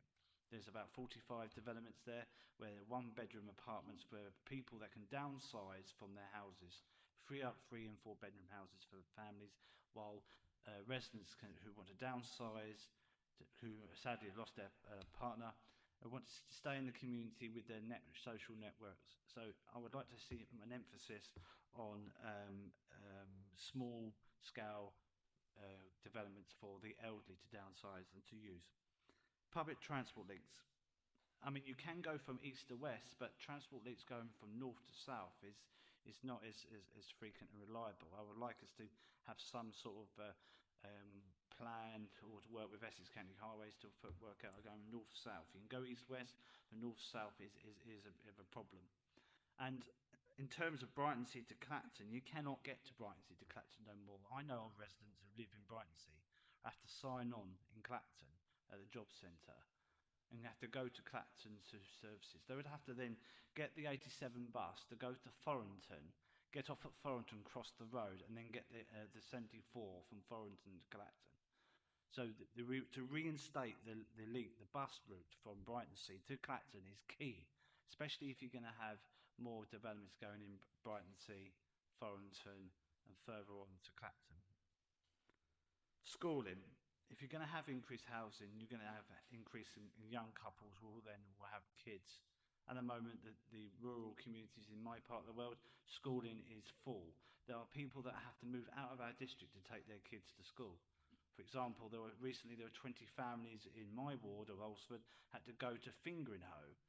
As the crow flies, it's a mile across, but there's a river in the way, and it takes about 25 minutes to get round to Fingringhoe and back. So there has to be provision of changing the criteria on schooling. The only comment I will say is Mr. Guyver mentioned about he identified Brightsea as a 2% increase in housing. What would be handy if across the areas identified is to perhaps give some percentage increase in Bentley, Alresford, Thorrington, Brightsea, because I think people out there will be quite keen to know the percentage increase. So it's saying numbers, but there are other areas of our district where there are higher numbers. So I'd be interested of percentages, figures for the area, because I think it will give some idea of the increase. For example, Elmsted Market, I appreciate you saying there's no more development in Elmsted Market. Elmsted Market's had a 56% increase. My area of Alresford has 44% increase over the years. So it'd be nice to know what the percentage increases are going forward. Thank you, Chairman. I look forward to hear responses from officers. Thank you, Councillor Scott. Several points there. One firm question. Thank you very much.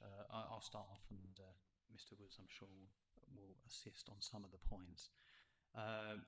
Thank you for the comments on the maps. I agree. I think that's useful to see the development locations in context with the wider area, because there is a cumulative impact that needs to be considered through this plan, and we will certainly be doing that and have been doing that. On water pressure, again, it feeds into the sort of similar discussions about the water recycling strategy, and it's one of the considerations as part of that. On water conservation and grey water, in a moment I'll ask Paul to speak a little bit about that, because we are looking at, remember that we're only looking at sites on this meeting. When we bring forward policies as part of the wider local plan, one of the things we are looking very closely at is water conservation and whether there's any additional requirements for that. It does have an impact on construction costs and viability that we're having to think about very carefully when we bring plan forward. the plan forward, but it is something that we are looking at. In terms of older residents that want to downsize, as well as the general strategic housing market assessment, which sits alongside the plan, which tells us what the general split of 1, 2, 3, 4 bed affordable should be. There's also been an extensive piece of work done on an Essex basis about the specific needs of older residents and residents with disabilities as well. And again, that's a policy matter, which hopefully we'll be bringing forward in due course to consider as part of the plan when we bring it forward with the policies. I'll perhaps leave Mr. Woods to comment on transport and schooling, if that's okay. But on percentage increase in total housing stocks, we did consider, because in the report we have the percentage representative development for the whole district. So for each area, what does that represent in terms of the percentage required for the whole district? I do understand that actually having an indication settlement by settlement of what a percentage increase in existing housing stock might be useful. It's perhaps something that we can look at when we bring the report back next year for agreement of the preferred options draft. But it's certainly information that we can calculate. Mr. Woods, I don't know if you mind speaking a little bit about the other points. Thank you. Water conservation, grey water recycling in particular. In our current local plan, in policy PPL5, we have a requirement for new dwellings to incorporate measures to achieve a water consumption rate of not more than 110 litres per person per day. So that's our adopted position. The recommendations from the water cycle study that is yet to be completed, but we've been having conversations with the consultants and had their early recommendations, is that standard should be improved. So new homes would be expected to have facilities in place that residents won't even need to use 110 litres per person per day. I think in Colchester's local plan that's out to consultation at the moment, they've gone as low as 80 litres per person per day, which, as Mr. Guyver has said, has significant implications when it comes to viability and the cost of delivering these homes. But we've had recommendations from our consultants somewhere in the middle of those two, so in that range, and we're just looking now at what impact that has on the plan more generally to understand what is the most suitable level. But the intention is certainly to increase the water efficiency of new homes compared to the adopted local plan. What we don't tend to do through policy is stipulate exactly what means the developers use to meet those standards, because technology evolves and changes, and what might be suitable in one part of the district could not be suitable elsewhere. And so we set the standard based on the technical evidence that we have, and then developers produce a plan on a site-by-site basis as to how they meet that. Public transport north to south is a big concern, because you've got the railway lines that go east to west, and you've got buses that connect between certain settlements in the south or the north of the district. We've had conversations with Essex County Council over the past year or 18 months as they're developing their public transport strategy, their bus strategy. The idea of mobility hubs, where there are points within a broad area that buses can travel to and allow much more easy interchange, so you're not trying to work out from the app on your phone whether you need to get to this road and then walk across to that corner. There's actually a place that buses connect into and allows you to travel much more widely across an area or a district. I'm not sure what the timescale is for bringing about and publishing that strategy, but it's a consideration that sits alongside the local plan. And certainly as we have our conversations with Essex Highways and their consultants about these sites and what mitigations and measures might be needed to improve sustainable transport, the emerging strategy that Essex County Council are developing is a key consideration. One of the benefits of the Hare Green Garden Village proposal is that the land promoter suggested there's an option to add in improvements to the junction between the A133 and the A120 to enable better connections between Harwich and Clacton. And if that were to be feasible and deliverable, then that would obviously provide opportunities to improve public transport between Harwich and Clacton in the north and the south of the district. We've been speaking throughout the process, but quite recently with colleagues at Essex County Council in the Education Department, explained to them the approach that we're proposing to our local plan, our spatial strategy, and they are going to undertake a scenario test where they look at the sites that the council is proposing to allocate, and it will be after tonight's decision, so that members will be confident that the right sites are being considered, to understand where there will be pressure and capacity issues at various schools around the district. We anticipate that that will be in quite a few locations, but it will help inform what goes into the infrastructure delivery plan as that is developed, what contributions developers will need to make in accordance with each site and their planning permission towards either new primary schools and secondary schools if that's required, or to upgrading existing facilities. An interesting point around the way predictions are made for education capacity is, of course, you only know now what the actual demand will be in 5 years' time, because you can't predict what birth rates will be next year and then when kids are 4 or 5 years old and joining primary school. So you need to make a projection and understand what the trends are with regards to birth rates. And so Essex County Council have a 5-year rolling plan. And so each year they update based on the number of homes there currently are, the number of births that have been recorded in the district in each of those locations in the current year, to understand where the pressures are going to be on education capacity. But I do hear so often about situations where parents are having to take their children a long distance by car to get to primary school. And quite perversely, you find that in some settlements, children are being shipped into the local primary school while the local children are being shipped out, and there's a broader issue there that the county are aware of, and they try to resolve where they can.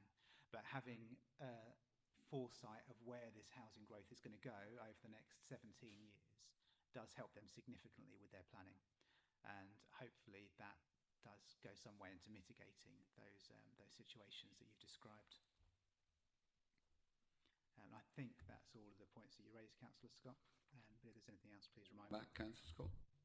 Thank you, Chairman. Thanks for the responses. Really, really good responses. Just one I noted down earlier and I forgot to mention is, I know you mentioned, Mr. Woods, about the bus strategy, ACC bus strategy, which is welcome. But also, you note on the line that the southern part of the district, you've got the Walton line, where there are lots of developments around railway stations, Alresford, Bentley, Wheeley onwards.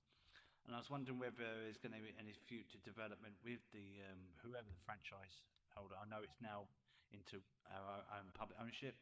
I was wondering if there's any movement on improving the rail transports from, say, Colchester, Walton and Clapton.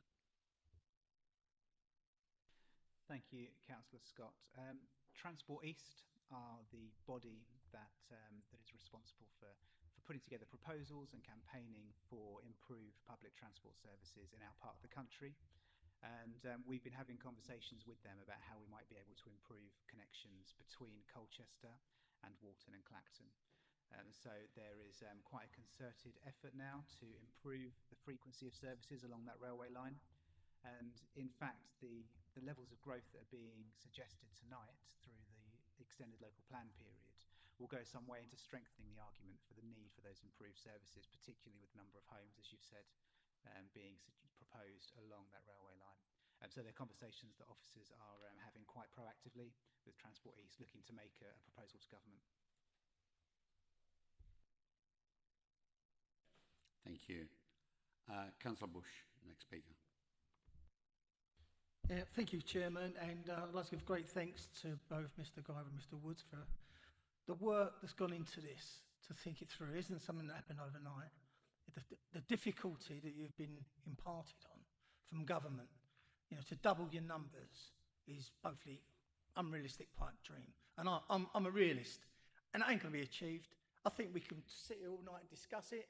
We can have different views about it. I've listened to some of the public speakers here from raising their concerns. Yes, they've got concerns. I've got concerns in my own ward. The way we're in a very small village. I don't want to talk about mine particularly. I want to look at the bigger picture, the cumulative effect. We look at it in all different areas. And I say, what about logistics, infrastructure? It's been raised by so many people here tonight. But access, transport, roads. How can we double that number? That's the big thing. And actually deliver it, one. Secondly, Mr. Guy, you said about come January, the new numbers kick in. So what happens to planning applications after that? That's a question I really need that answered. And the next part of that question is, I've seen all the stats, and we can all ball the forecasts as much as we like. Or it's, you know, and to be speculative, but what I'm interested in as well is where we are on our deliverables to date. And when you look around the district, we all see massive construction going on.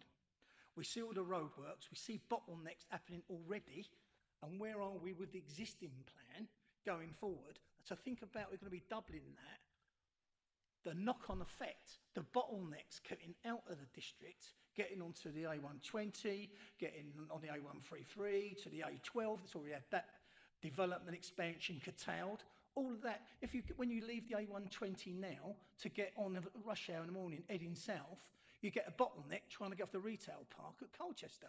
So if you just look at all these, if garden communities, they've got that development, this is like a continuum growth. And the infrastructure, we can say, with this infrastructure, how do people get to work? We've really not touched on employment. You know, everyone can work from home? No, that don't happen. We talk about having employment sites. Employment sites for what? What are we bringing into this town? This is another part of a conversation. For me, when we look at who's going to build this volume of properties, we struggle now with plumbers, builders, materials, civils, groundwork. It goes on architects and planners, and there's all these things. I just think, for me, I know we've got to deliver it or try to deliver it, and it's been forced upon you. And the work you've done is so commendable that you thought this through to try to allocate it into areas you think are right. But I share with a lot of the residents that raise these issues. We're being dumped with potential, lots of properties, and I just don't know how they're going to be lived in, who can afford them, and how, when we talk about water supplies, no one's really talked about power supplies. And we look about, when you double that, there's a huge power supply requirement that's going to be needed. So for these are all issues that I know you'll be talking to the consultees. I get that, with highways and so forth. But I'm sure for a realist, been in 50 odd years of my life in this sort of industry, you just can't just double it without consequences. And I think the thing for me is that the cumulative effect, if we don't deliver targets on year 1, 2, 3 and 4, what happens then? How does it back up? You already said, Mr. Guyver, that, you know, if we don't, we've got to look at 5% above our target. If we can't meet our target, where does that leave us? How are we exposed to speculative development? I'm trying to put some gravitas on this, because there's lots of things in here that, in terms of your recommendations, some things I agree, some things I can't support, because I just think we've just got a massive issue here that's been put upon us, and we're not alone around the country, but we've got enough deprivation, and we're building this work. I don't even know where the employment's coming from. The amount of plumbers that we need, and as I say, the amount of bricklayers, all of that, where are we going to get that from? And that will be travelling into the town, because most of them are not here already. So they'll be coming in from all over. They'll be looking to stay in places. That could be business opportunity, bed and breakfast or whatever. But I'm just talking about what happens in reality out there. We can talk about this philosophical situation, and all I talk about is the reality and the impact. And I just noticed in the last year or so, driving around this district, I'm seeing bottlenecks in places I've never seen before, with construction going on. And if it's going to be doubled, good hell, we've got to pay for this. So, I mean, it's like I'm trying not to be like the Grim Reaper here, but I'm just trying to say, where are we at? And this consultation going forward is so crucial. But, I mean, I don't know how we defend it, because, you know, it's forced upon us. And I really sort of like feel sympathetic to what you've got to deal with. But my God, you've done a great job to actually get this ball going in very difficult situations. Thank you very much. And that's without the Paulons. Who wants to pick up all those points? Gary. Thank you, Chairman. Thank you, Councillor Bush. And I mean, a lot of the points that you've raised really do cut to the heart of why this council objected to the government's proposals to introduce mandatory house building targets. And it's not necessarily about the fact that we don't believe that housing is needed. Housing is needed. I think that's generally accepted. And the construction of housing is a positive thing for the economy if the resources and if the funding is there to make it happen. I think the problem that has been highlighted through the change in government policy is that the targets that have been calculated using the standard methodology, they don't really bear any relation to local considerations. You'll remember historically with the last local plan, the target was set at 550 homes a year because that was understood to be reflective of market demand and also took into account the very specific demographic difference that we have in the tendering area around our older and ageing population. But what I would say is that we are not the only council that is faced by significant increases in housing development.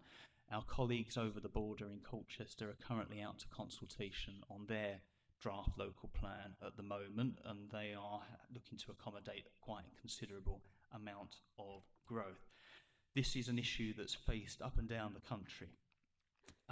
What I would also say is in terms of infrastructure provision, coordinated infrastructure provision, we've highlighted in the presentation and in the report that for this scale of development to come forward, particularly thinking ahead to some of those longer term developments, the Garden Villages proposals, and we know from our own experience of the tendering Colchester Borders Garden community, and it's been a decade since that was sort of put in the plan to start with, that they take a lot of planning. They require a lot of funding in terms of getting the development up and running in the first place. One of the government's aspirations around devolution is that if you had a combined mayoral authority for Greater Essex, which is where we're heading, the mayor and the powers that are vested in the mayoral authority will help not only to sort of lever in funding for infrastructure provision, but through the spatial development strategy that the mayor is required to produce, that looks at how you coordinate that infrastructure provision across a wider area, not just tendering, but if the 120 goes all of the way from Harwich through past Colchester, how do you coordinate all of that investment? And that will be one of the responsibilities of the mayor for a combined mayoral authority. And what I'd say is that through this plan, because this is potentially the last local plan that Tendring District Council produces, by indicating where the aspiration for longer term growth could go, thinking about the Garden Villages further towards the west of the district, where we want to see that investment in the road infrastructure and the connections north to south, we're sending a message as well to the future mayoral authority who will need to pick this up and then project it 30 years into the future rather than the 15 or 17 that we're looking at the moment. So it's important, although there is some scepticism about whether the numbers are deliverable, and we share that because we have seen what the delivery actually has been and how it can go up and down, through this plan it's our last opportunity to spell out what the longer term future direction might be. On the point about who's going to build them, it's to a great degree is out of the council's hands, because we can show sites on a map, we can do the studies, we can indicate in theory you could accommodate this amount of development and this would be the infrastructure requirement that comes off the back of it. But if the economy is not strong enough and the demand to build is not there and the viability is not there because the differential between build costs and market values are not quite right, the development won't happen at that pace. And I think that's one of the things that the government is finding very challenging in being able to deliver the 1.5 million homes. Employment, you touched on employment quite rightly. We've spoken a lot about housing. And the reason why we've spoken a lot about housing is that's the big elephant in the room in terms of what we're required to plan for through a mandatory house building target. In reality, jobs are created from a variety of ways, and we've shown in the plan how we're looking to allocate additional employment land, really to cater for sort of business, industrial sectors and innovation, both to try and attract inward investment. And I think the site in particular we've shown at the A120 has the potential to be of regional significance in terms of pulling in inward investment, but also how you provide enough supply in the available market for land for existing businesses to be able to diversify and grow. If they outgrow their existing premises, they need to go somewhere, so you need to make space for that, and we try and do that through the plan. But a lot of jobs are in the service sectors. The more housing you build, the bigger the population gets, the more the demand on goods and services is. Also, the construction sector itself is quite considerable.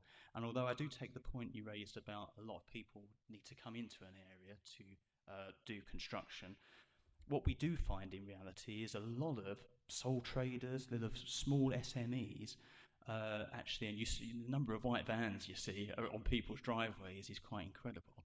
A lot of their trade is also involved in supporting the larger house builders in delivery. So we know a lot of people that are locally based, and they will work for various different house builders, if they're sort of roofers, carpenters, plumbers. So a lot of economic activity does result from the development itself.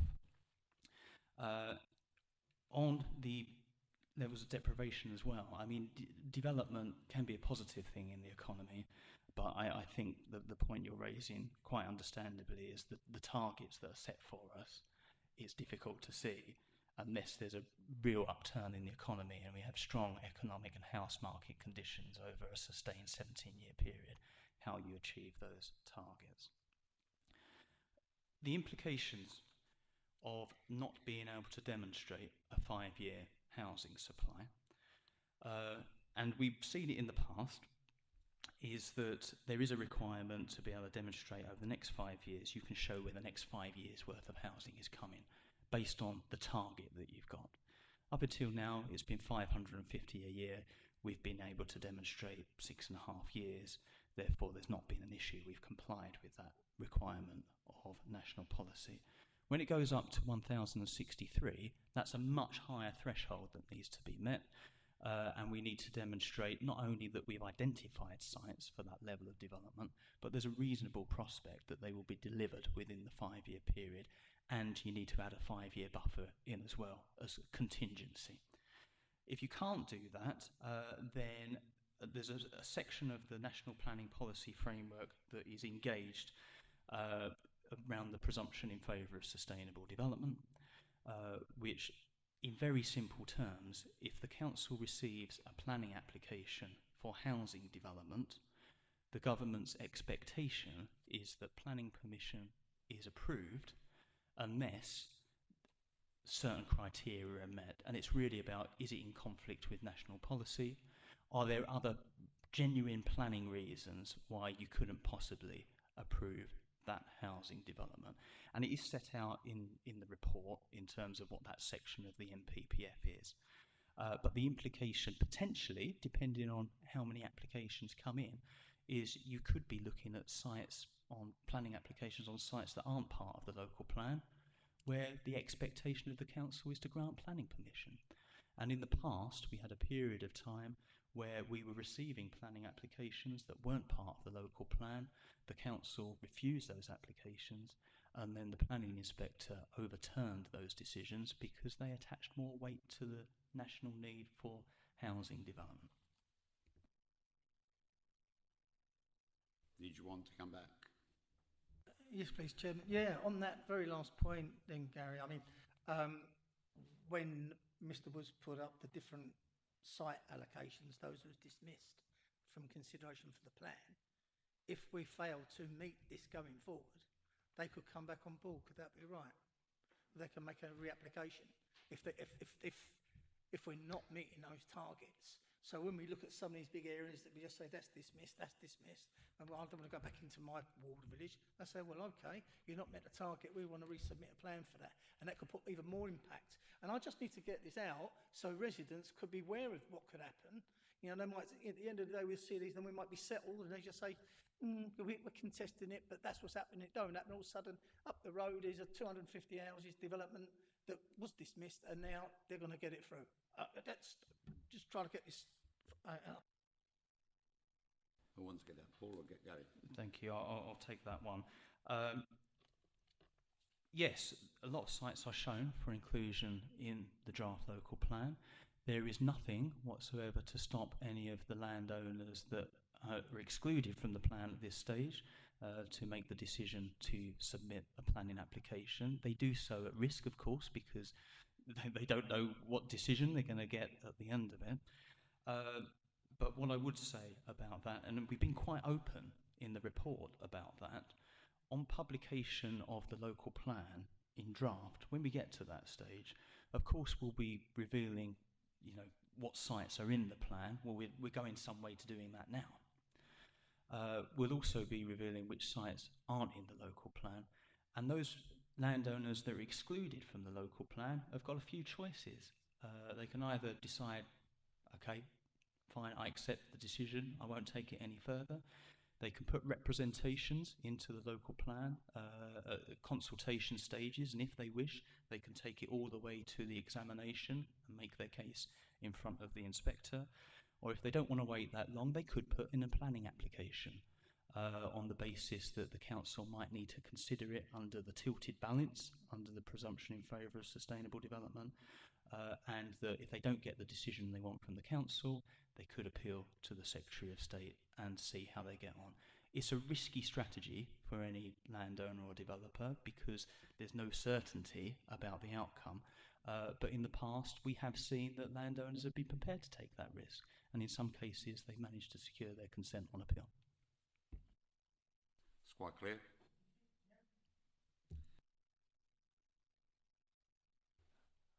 Thank you very much, Chairman. I want to make it plain right from the outset, I certainly will be supporting this report. There are things in there that I don't like. There are things in there which are government influenced, and there's absolutely nothing we can do about it. What I'd like to see more in the report is the question of highways and what we're going to do. If you take my own parish, we've got a development of 290 houses. The report reckons another 100. And to be quite honest, the village could take those. The problem is the links with the B1027. Councillor Scott touched on it a little bit further down the road. That's the stumbling block as far as we're concerned. It is at peak times we could take those properties, but at peak times it can take 10 minutes to get out of the village because we can't get onto the B1027. Now, when we approach county, the answer is, oh no, it's well within the limits that particular road. And we all know on objections to a recent planning application where we lost the application because it was a county highway say the road is all right. It's not all right. And we've heard tonight about Great Bentley. Now, if we want to get onto from St Joseph to get onto the 133, the obvious place is through Great Bentley. But I so feel for Great Bentley, the amount of development that they've got, and the way to get on the 133 is that big hold up again at the top of the road. So I'd like to see more statement, shall we say, in here that we really recognise things. It's not just the number of extra properties, it's how they get to the main roads. I don't think there's enough made on it. I understand full well why we've got to come up with those figures. Again, it's government in complaining. The other local government act is government again. And we don't have much say in the matter. They say we've got to go from 550 houses a year to 1,000. And this is the only way in this report we can come up with the answers. But we challenged those figures and we got nowhere. So if I could see more in the report, which I'm going to support anyhow, but I'd like to see something about highways in there. Thank you, Chairman. Thank you, Councillor White. Who would like to take on the transport? Over to you, Paul. Thank you, Councillor White. The purpose of the report this evening is purely about the sites that we're selecting. And as Mr. Guyver has explained, we'll be bringing back a much more detailed report in the new year, alongside the first full draft of the local plan, which will set out the policy requirements for many of those large sites, including what mitigations might be expected for various kinds of infrastructure, be that education or healthcare or indeed highways. We've spoken a little bit about the highways modelling work that's already being undertaken to support the local plan. And throughout the local plan process, the production of that kind of evidence is an iterative process. And so we have an amount of evidence that is required to get to this stage, and then an amount of evidence that will support a preferred options consultation of the plan. And then the evidence continues to evolve based on feedback that we receive from stakeholders, members of the public, developers. And so although this report doesn't explicitly mention highways or education or healthcare or the whole raft of other infrastructure requirements that will need to support these housing allocations, that's not to say that they haven't been considered in considerable depth, and that they won't be covered in a subsequent report and in the draft local plan itself. So I'd like to give you some reassurance that even though this report hasn't sought to give details about what kinds of infrastructure mitigations and new infrastructure will need to be delivered in each location around the district, they are really important considerations that are being undertaken currently and will be presented back to the committee in the new year.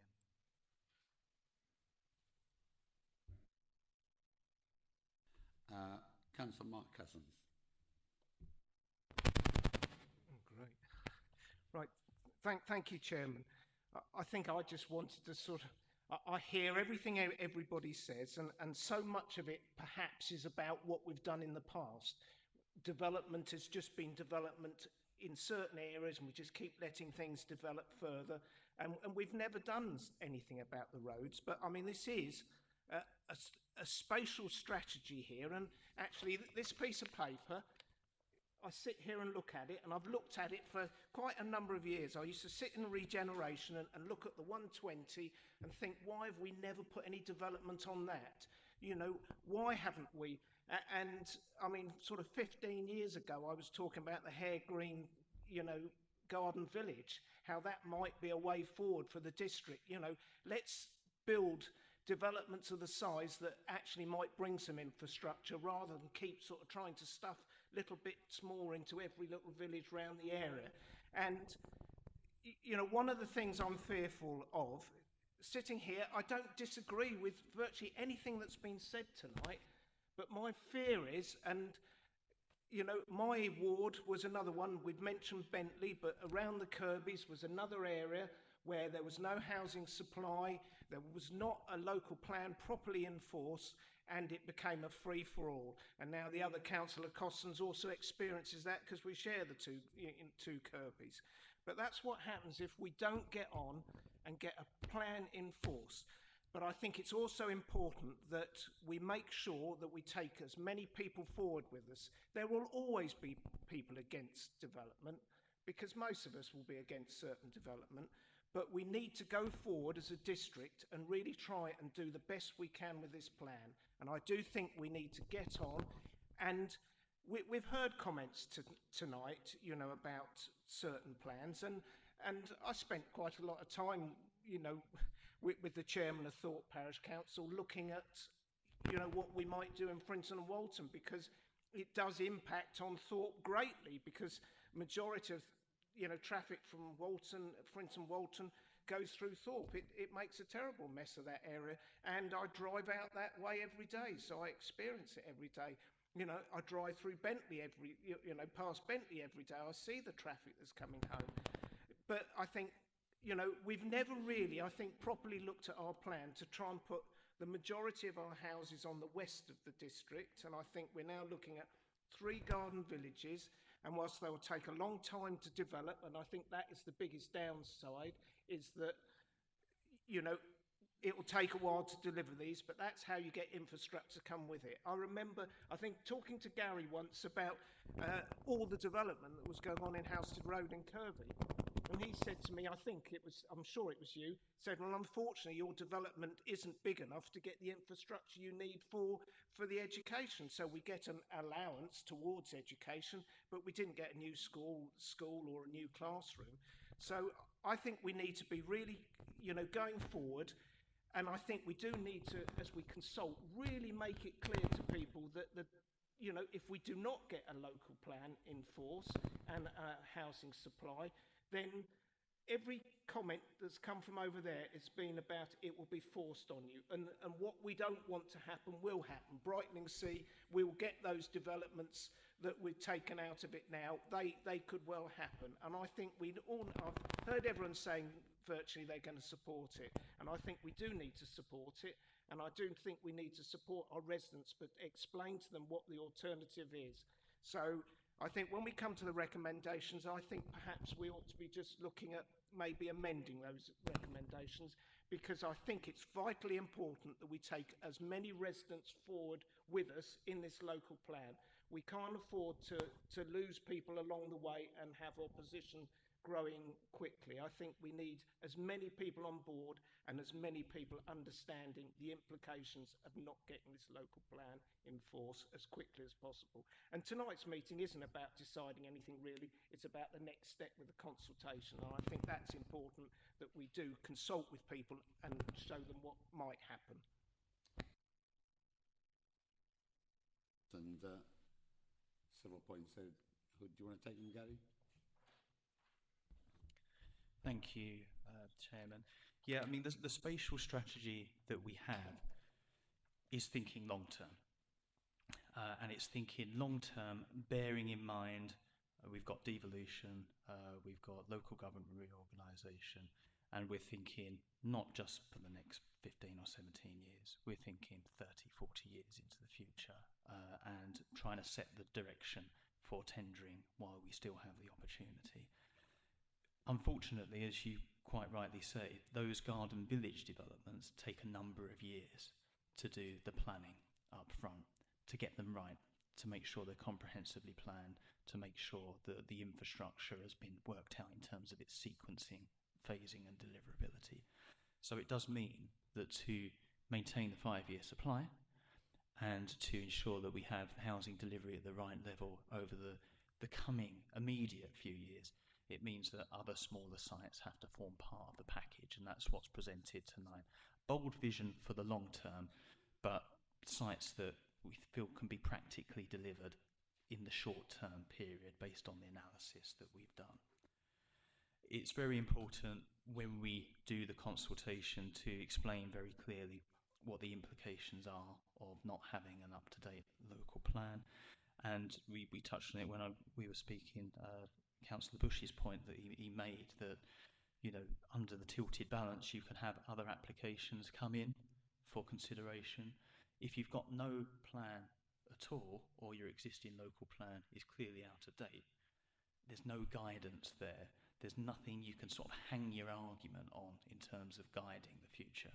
If you've got an emerging plan, although you can only attach limited weight to it initially, and then the weight gathers as it goes through the different stages of the process, you have got a framework for growth, you have got a direction of travel, you have got a strategy for where, if we have to accept the development, where it needs to go. And that provides some protection that you otherwise wouldn't have. Yes, you might need to argue it at appeal or when presented with a planning application, but you're in a stronger position having a document that sets out where the preferred direction of growth should be, rather than having either just an out-of-date local plan or nothing at all. In terms of making it clear, yes, at the moment we are putting forward our provisional set of locations and sites that make up the spatial strategy, so that we can work towards a further meeting where we get into the detail of policy, and then the formal public consultation will be after those decisions are taken, and throughout we will make it very clear what the implications are. And when we did consultation in the communities for the issues and options stage, actually it was really positive. We know people are not going to like the fact that this development is proposed in their areas, but on the whole people understood why we were having to do it, and we need to make sure that we emphasise that going forward. In terms of bringing residents on board, yes, there have been comments from the floor, suggestions, And you've indicated, Councillor Cousins, that you might be looking to suggest amendments to the recommendation, and if I can be of any assistance in advising on anything that you may have in mind, I would be very happy to do so. I've got Ms. Hastings, if you want to come in on that particular.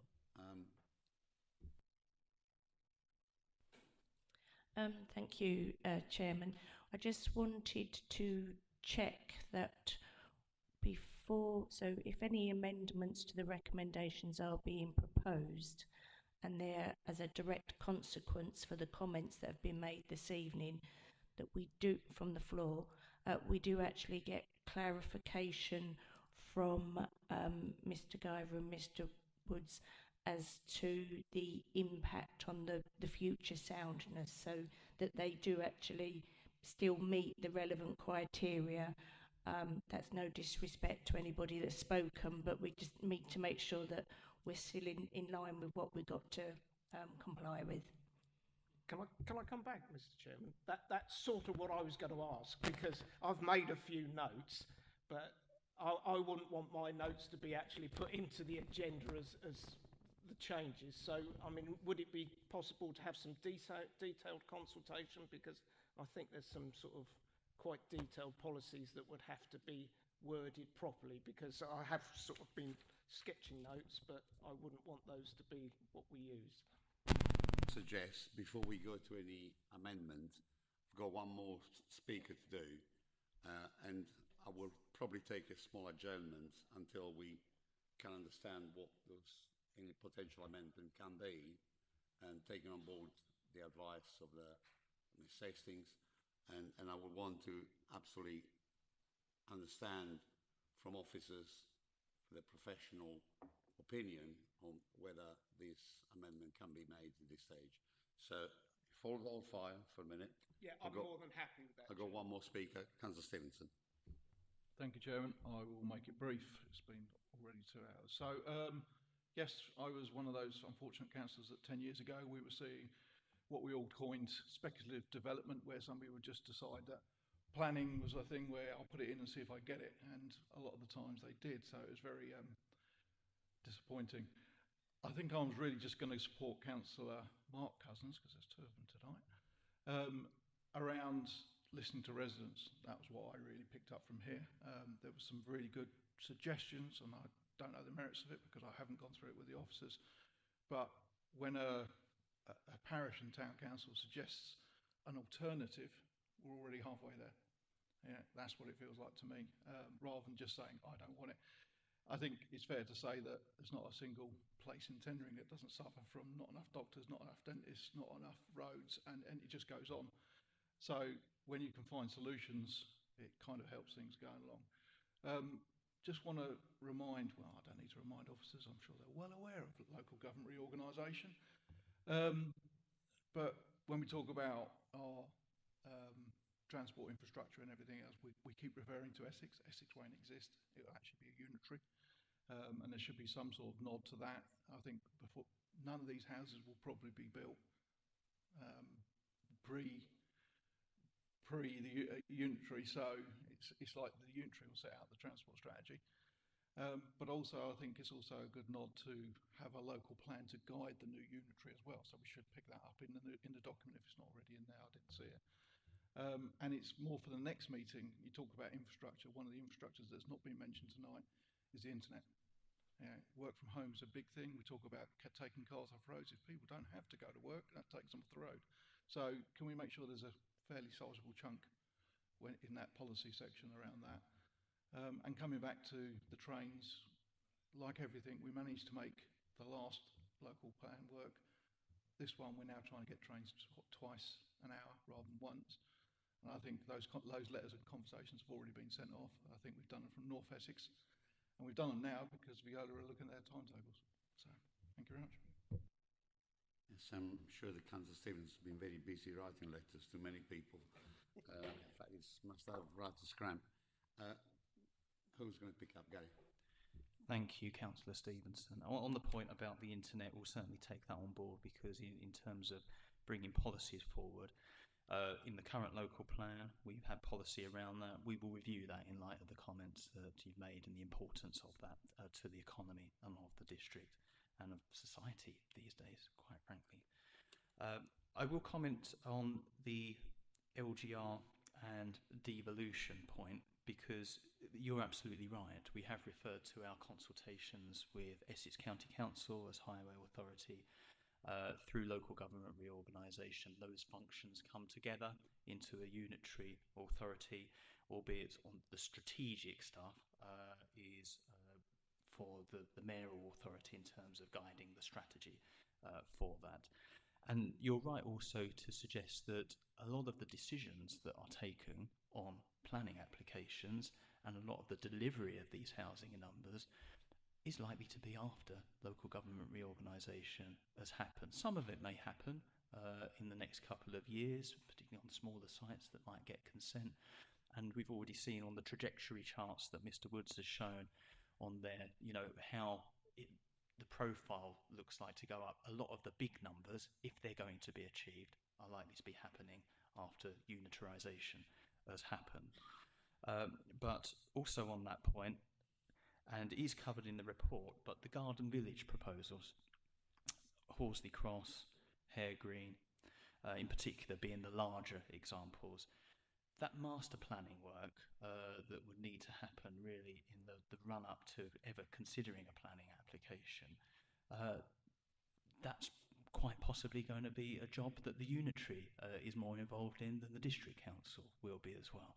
And so you're absolutely right, Councillor Stevens, and by setting out the vision for the future of where development can go, knowing that it will be a different local government structure that deals with the detail later on, it's important that we set those parameters while we still remain as tendering district council.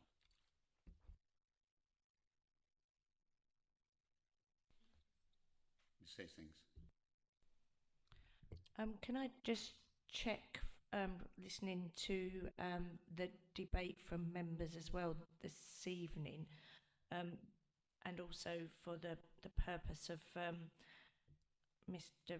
Guyver and Mr. Wood's next job, which is to come up with some wording to help you with your amendment.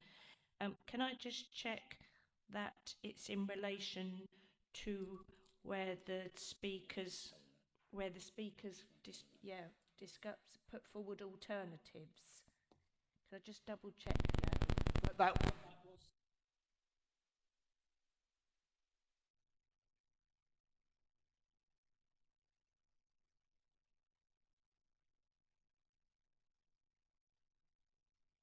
Okay, so I've got not for the speakers, very comprehensive debate and very similar issues being raised by everyone.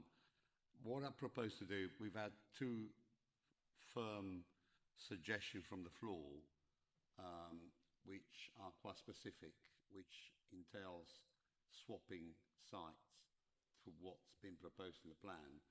So what I intend to do now, to give officers a moment to take that on board. I mean, there were quite specific swaps of land, which are not diminishing what we're proposing to put forward for further consultation, indeed to full council later in January. But those are specific swaps.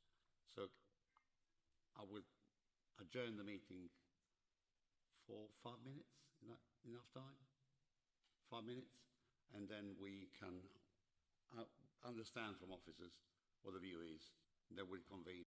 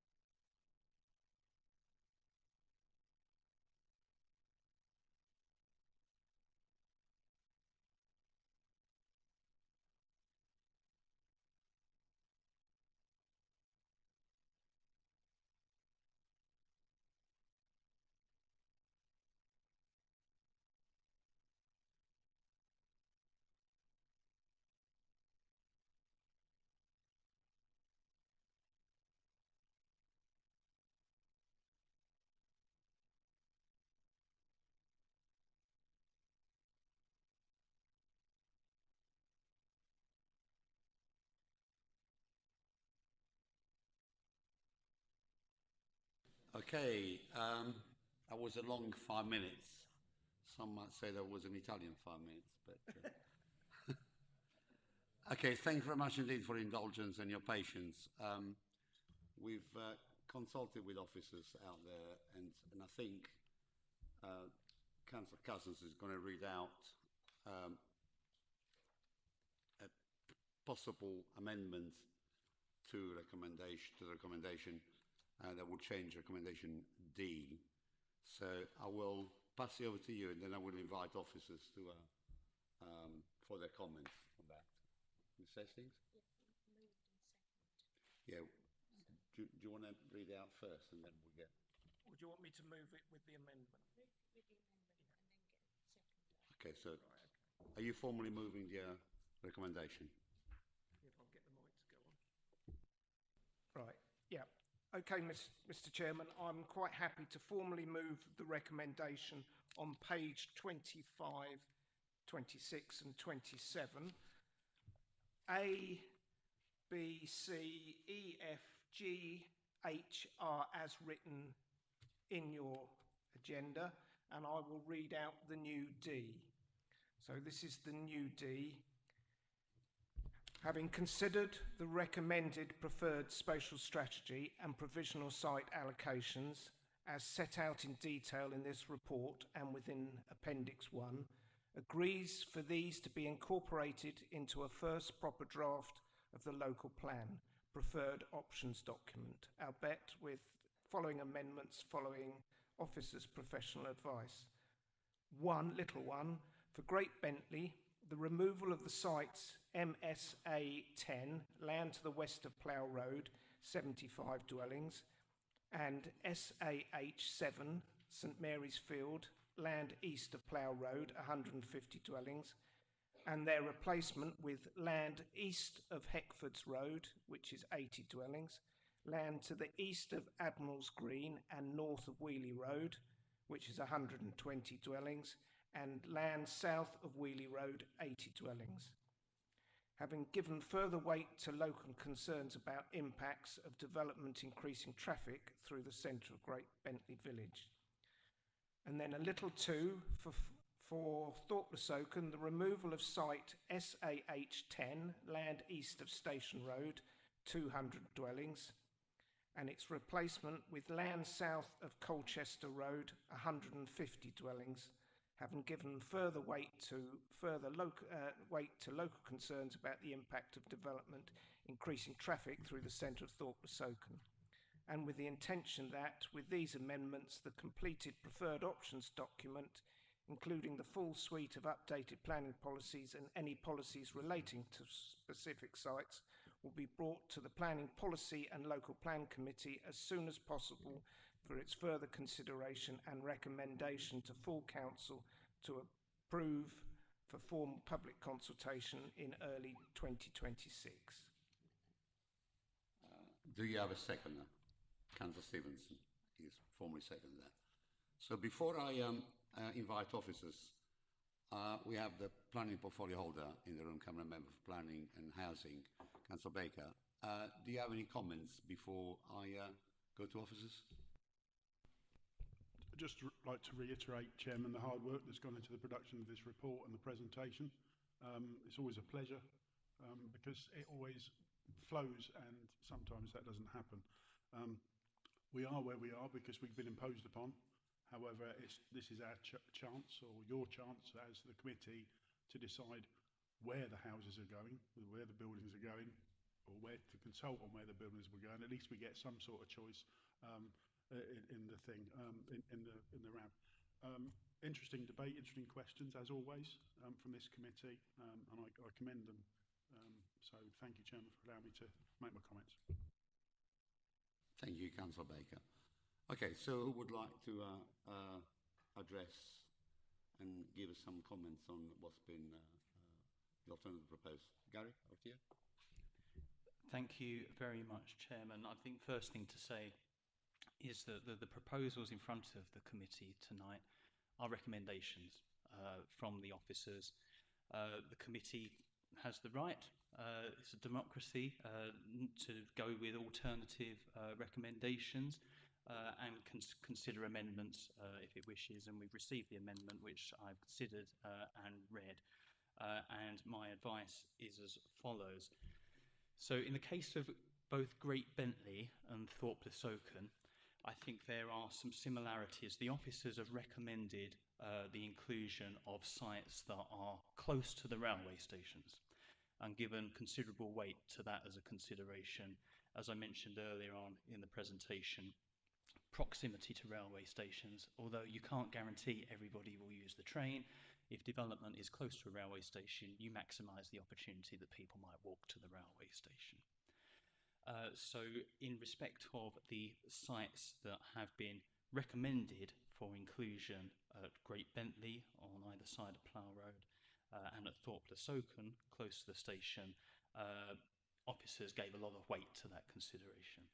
What we have heard tonight is that local residents and parish councils feel that more weight should be given to the potential impact of those developments on traffic movements, particularly through the centre of the villages concerned. We understand that. We witness the traffic issues that those villages have, and it's a consideration that through the motion here, through the amendment here, that more weight be given to that as a consideration in planning terms. If I take Great Bentley first, it may be useful, Mr. Woods, if we just get the map up so that I can, sort of, as I talk through this, I can provide some context visually as well. And I don't know, Mr. Woods, if you're able to point to things on the map, or if you've got the function to be able to do that as I speak. Thank you. So the sites in blue are what have been recommended by the officers, but suggested for deletion from the plan in favour of 3 alternative sites. And in the motion, we list them as east of Heckford Road, 80 dwellings. Mr. Woods, can you sort of point to the site we're talking about there, to the north of the village? Land to the east of Admiral's Green and north of Wheely Road for 120. And I must say, it would just be a portion of the land that's indicated on that map. That site is split into parcels. It would be the portion of the site on the southern half of that site. And land south of Wheely Road, 80 dwellings. So the proposal is that those 3 sites are included in the plan and the 2 shown in blue are taken out. Now, clearly the officers made the recommendation on the basis it wouldn't be our first choice. Our first choice is the sites that we recommended because they're close to the railway station. But in terms of sort of positive comments on this, it wouldn't undermine the overall spatial strategy for the district presented tonight if different sites were selected in that location. We have done some analysis on the other sites in this location, and I am conscious that 2 of them are subject of current planning applications, and this is without prejudice to any decision on those planning applications. We're not aware of any showstoppers in terms of deliverability on those sites, and therefore, if that is the will of the committee, it doesn't cause me any significant concern about the overall soundness and legal compliance of the local plan. On the other side, I would advise members that, of course, those landowners who are having their sites excluded from the plan as a result of this amendment will have the right to object to the local plan formally when it comes to the consultation stage, and they will have the right to carry their objections all the way through to the examination stage in front of the inspector if they so wish. They also have the right, as anybody else does, to submit a planning application on their site irrespective of whether it's in the local plan or not, and of course we deal with those applications on their merits in light of what the national planning policy position is and what the emerging and the current local plan say. So I think with those points of information and recommendations, part I of the proposal, if the members of the committee are minded to support that, then officers understand and we don't feel it would cause a legal compliance or soundness issue for the plan. Plus the fact, because the numbers are broadly actually a bit higher off the 3 sites than they are in the 2 sites that are in, it doesn't cause us a major problem with meeting the numbers. For part 2 of the suggestion, which is for Thorpe Le Soken, Mr. Woods, if you can get Thorpe Le Soken up onto the map, please. So the amendment that has been put forward here is that the site land east of Station Road, which is the one in blue, the larger site, which is close to the station, that comes out of the proposals and is replaced with land south of Colchester Road. Now, what we show on this map is the full extent of land that has been promoted for inclusion in the local plan, but the area of land to which the parish council representative referred to is a portion of that. And the proposal was for 150 homes in that location. There are also some other suggestions from the floor about smaller sites off of places like Kenilworth Grove and other sites, which aren't part of the amendment, but I would suggest I wouldn't be advising the members of the committee to support those anyway. We haven't done analysis on those proposals. The parish council and any others can make representations on the plan if they so wish for the conclusion of those additional sites. So what we're talking about here is a reduction in numbers from 200 to 150 by swapping from one site to another. On a similar basis with Great Bentley, it wouldn't be the officer's first choice. The location near the railway station has a sustainability benefit that I think we've made clear in the recommendations. But equally speaking, the concerns that have been raised by the parish are very valid. We understand the traffic pressure through the centre of the village. We are cognizant of the concern that's been raised, and it's a matter of weight. The officers have given a lot of weight to the location near the station. The representations made tonight have given more weight to the concern about local traffic. We have looked at this site. We have done some analysis on the alternative site. Like all sites, it will have its challenges, but I would suggest that there aren't necessarily any showstoppers that would lead me to advise you definitely not to go with that. I think there will be discussions to be had, further discussions with Highways about making the access work, but from my perspective, I don't envisage any showstoppers in that regard. A drop of 50 to make this work, I don't think impinges significantly on the overall number, because we have included headroom within the number, as we should, because you need to include contingency. So I'm not overly concerned that we could be dropping a site for 200 for a site for 150.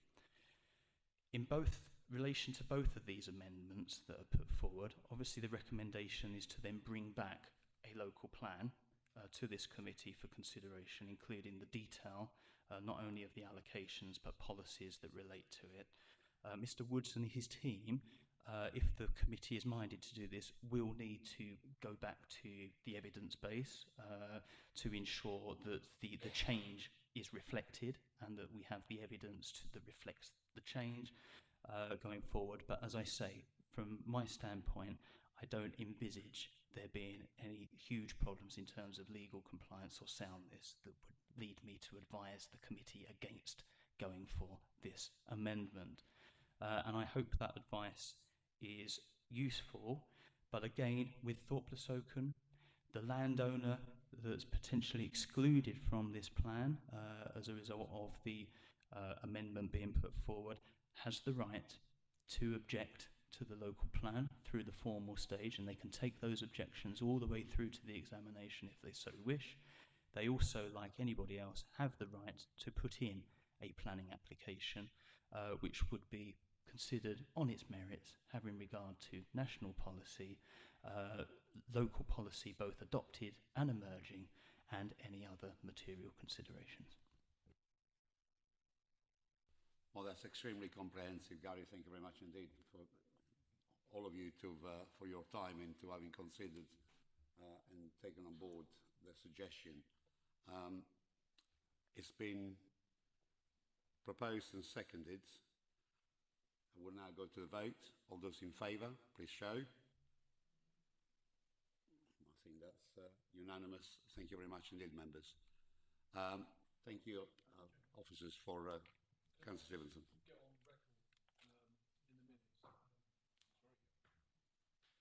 Thanking Mr. Guyver, Mr. Woods and their teams for their professionalism, their dedication, navigating complex issues with diligence, clarity and fairness.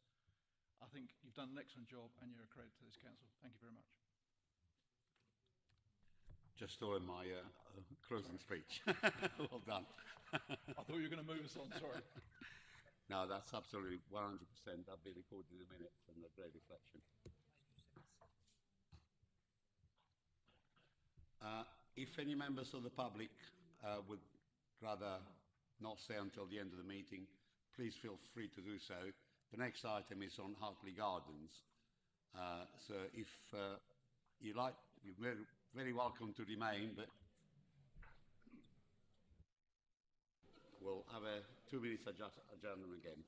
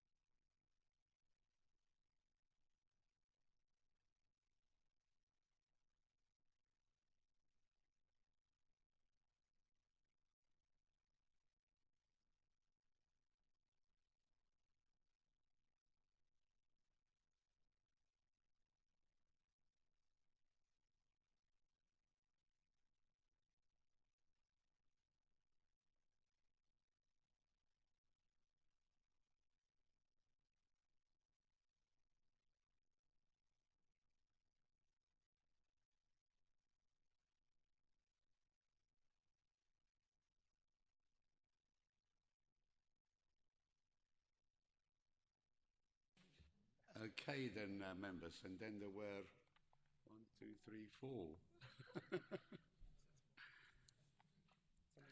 Okay, so agenda item, the next item is Hartley Gardens, and it's in the hands of Mr. Woods. Paul, over to you. Thank you, Chairman. Members will recall that the Planning Policy and Local Plan Committee considered the draft Hartley Gardens Supplementary Planning Document, SPD, on the 8th of September. Made a recommendation to Cabinet, who subsequently agreed to publish it for consultation on the 26th of September. The public consultation ran from the 6th of October to the 16th of November, with all the documents available online and also in hard copy at libraries and at the Town Hall. We held 2 public events, one in the daytime at the Albert Edward Hall on Ledgerton Drive, and one in the evening at the Town Hall. And around 100 people attended across both of those events, with the daytime event more popular of the 2. And officers were able to have really beneficial conversations with members of the public about the SPD and how to engage with the consultation. We had display boards that had large-scale maps and explanation about the document, and opportunities for members of the public to write onto the boards, to indicate their preferences with some stickers. So there was an interactive element to those events, as well as coming along and reading the documents. We received 24 written submissions overall, in addition to the conversations we had at the events, and the themes that were raised were broadly what we'd anticipated. Public concerns focused on traffic congestion, particularly on St John's Road and Little Clacton Road, healthcare capacity and environmental protection, including biodiversity, flood risk and wildlife.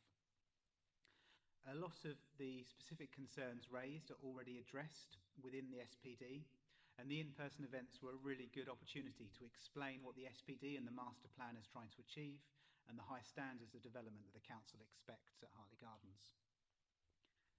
Statutory bodies raised some more technical points around the document.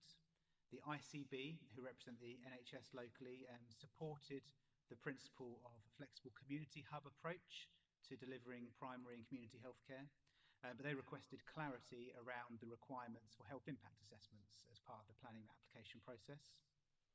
Essex County Council provided a wide range of comments on transport, drainage, education and employment, and these were really helpfully categorised to indicate whether they supported the SPD, whether a change was required, or whether the information was provided just for the council or future applicants to note.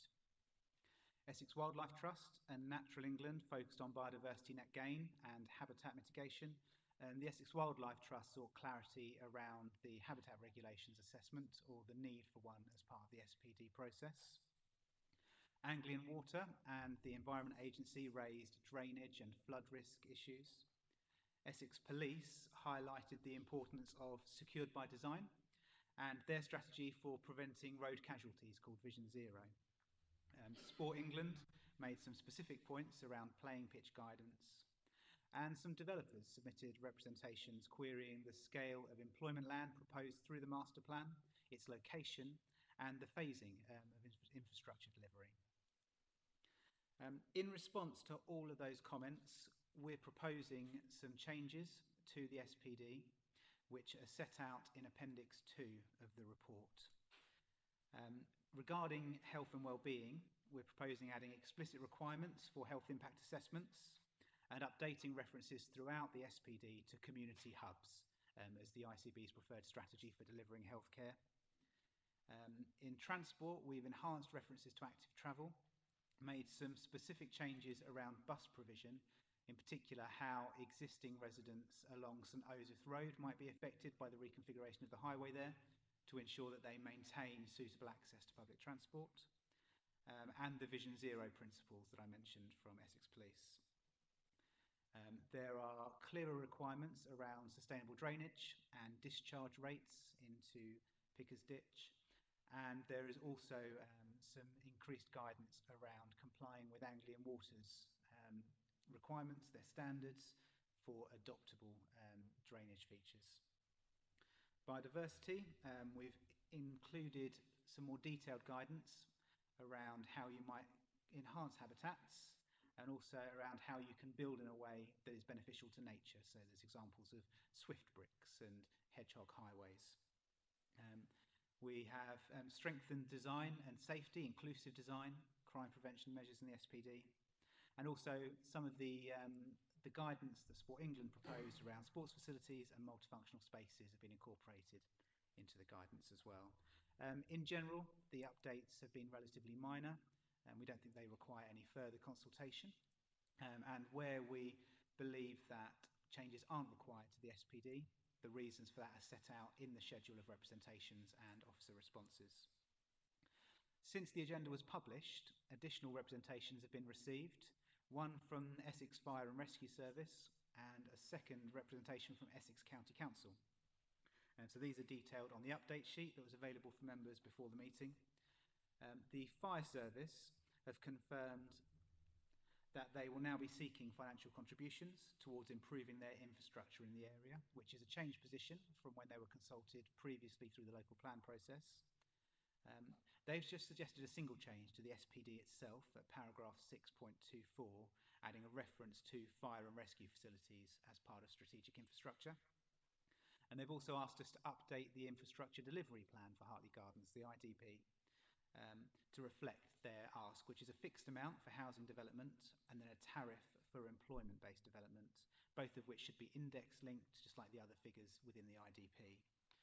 Because the IDP is an evidence-based document that supports the SPD, it's not being formally adopted in the same way that the SPD is.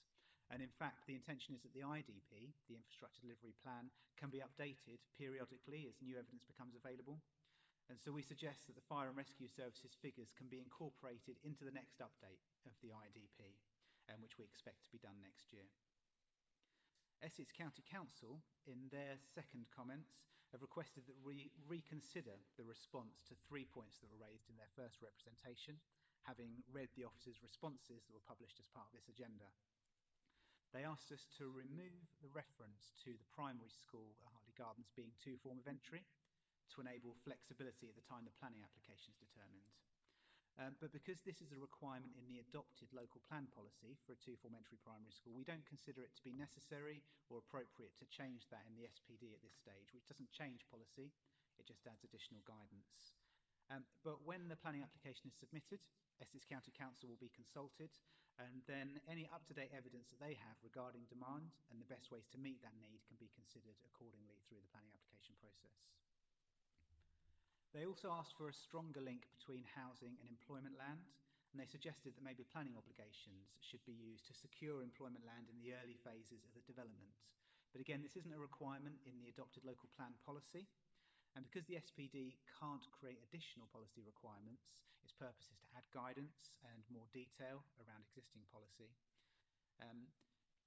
Employment land is important as part of Hartley Gardens, and it's given due prominence in the spatial framework, but we don't think it's appropriate to mandate its delivery at a certain stage or phase of the development through the SPD. And finally, Essex County Council asked for greater emphasis to be placed on the local nature recovery strategy, which has been adopted this year. And although the LNRS wasn't adopted at the time the SPD was being prepared over the last 18 months or 2 years, we were aware of the ongoing work in preparing that strategy and saw early drafts of it, and we are mindful of it as the SPD and the spatial framework were prepared. In fact, the SPD requires developers to have due regard to the local nature recovery strategy when they're planning their ecology enhancements and mitigations, and it's expected that they will demonstrate how their detailed plans support the aims of the strategy when they are submitted to us. And so the only recommendation on the update sheet is that paragraph 6.24 is updated to explicitly reference the fire and rescue service.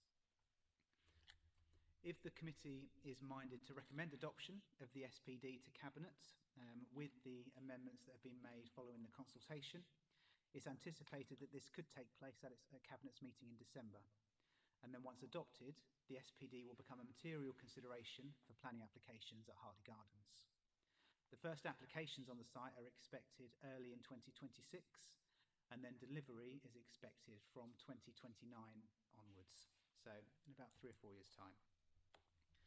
And so I would refer you to the recommendation on page 109 of your agenda.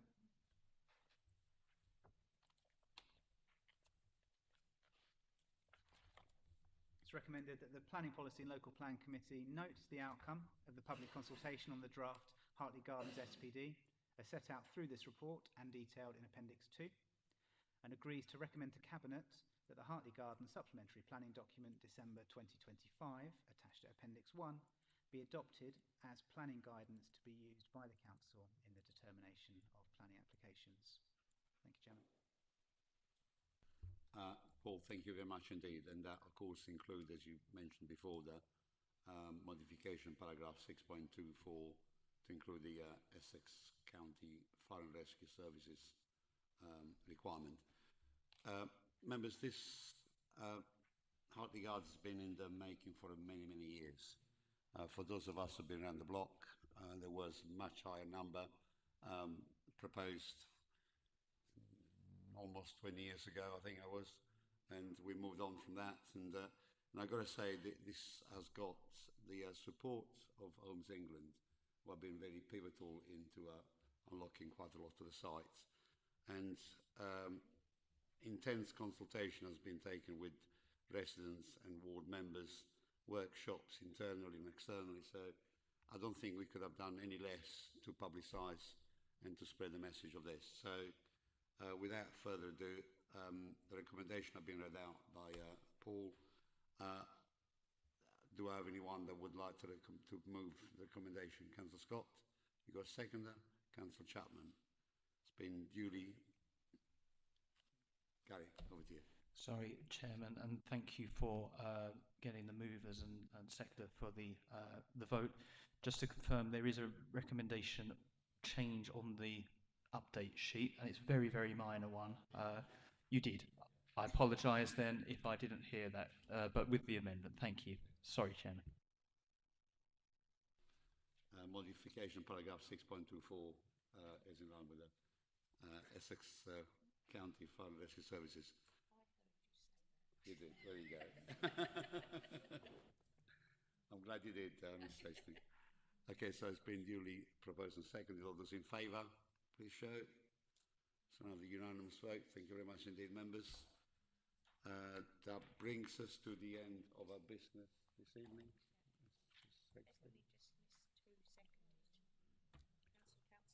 Chapman. Yeah, Chapman, yeah. Scott and Chapman. Thank you very much indeed for your time and attendance and your patience. And as we're coming towards the Christmas time, I will wish you everybody a very happy Christmas. And I'll see you in the new year. Thank you very much indeed.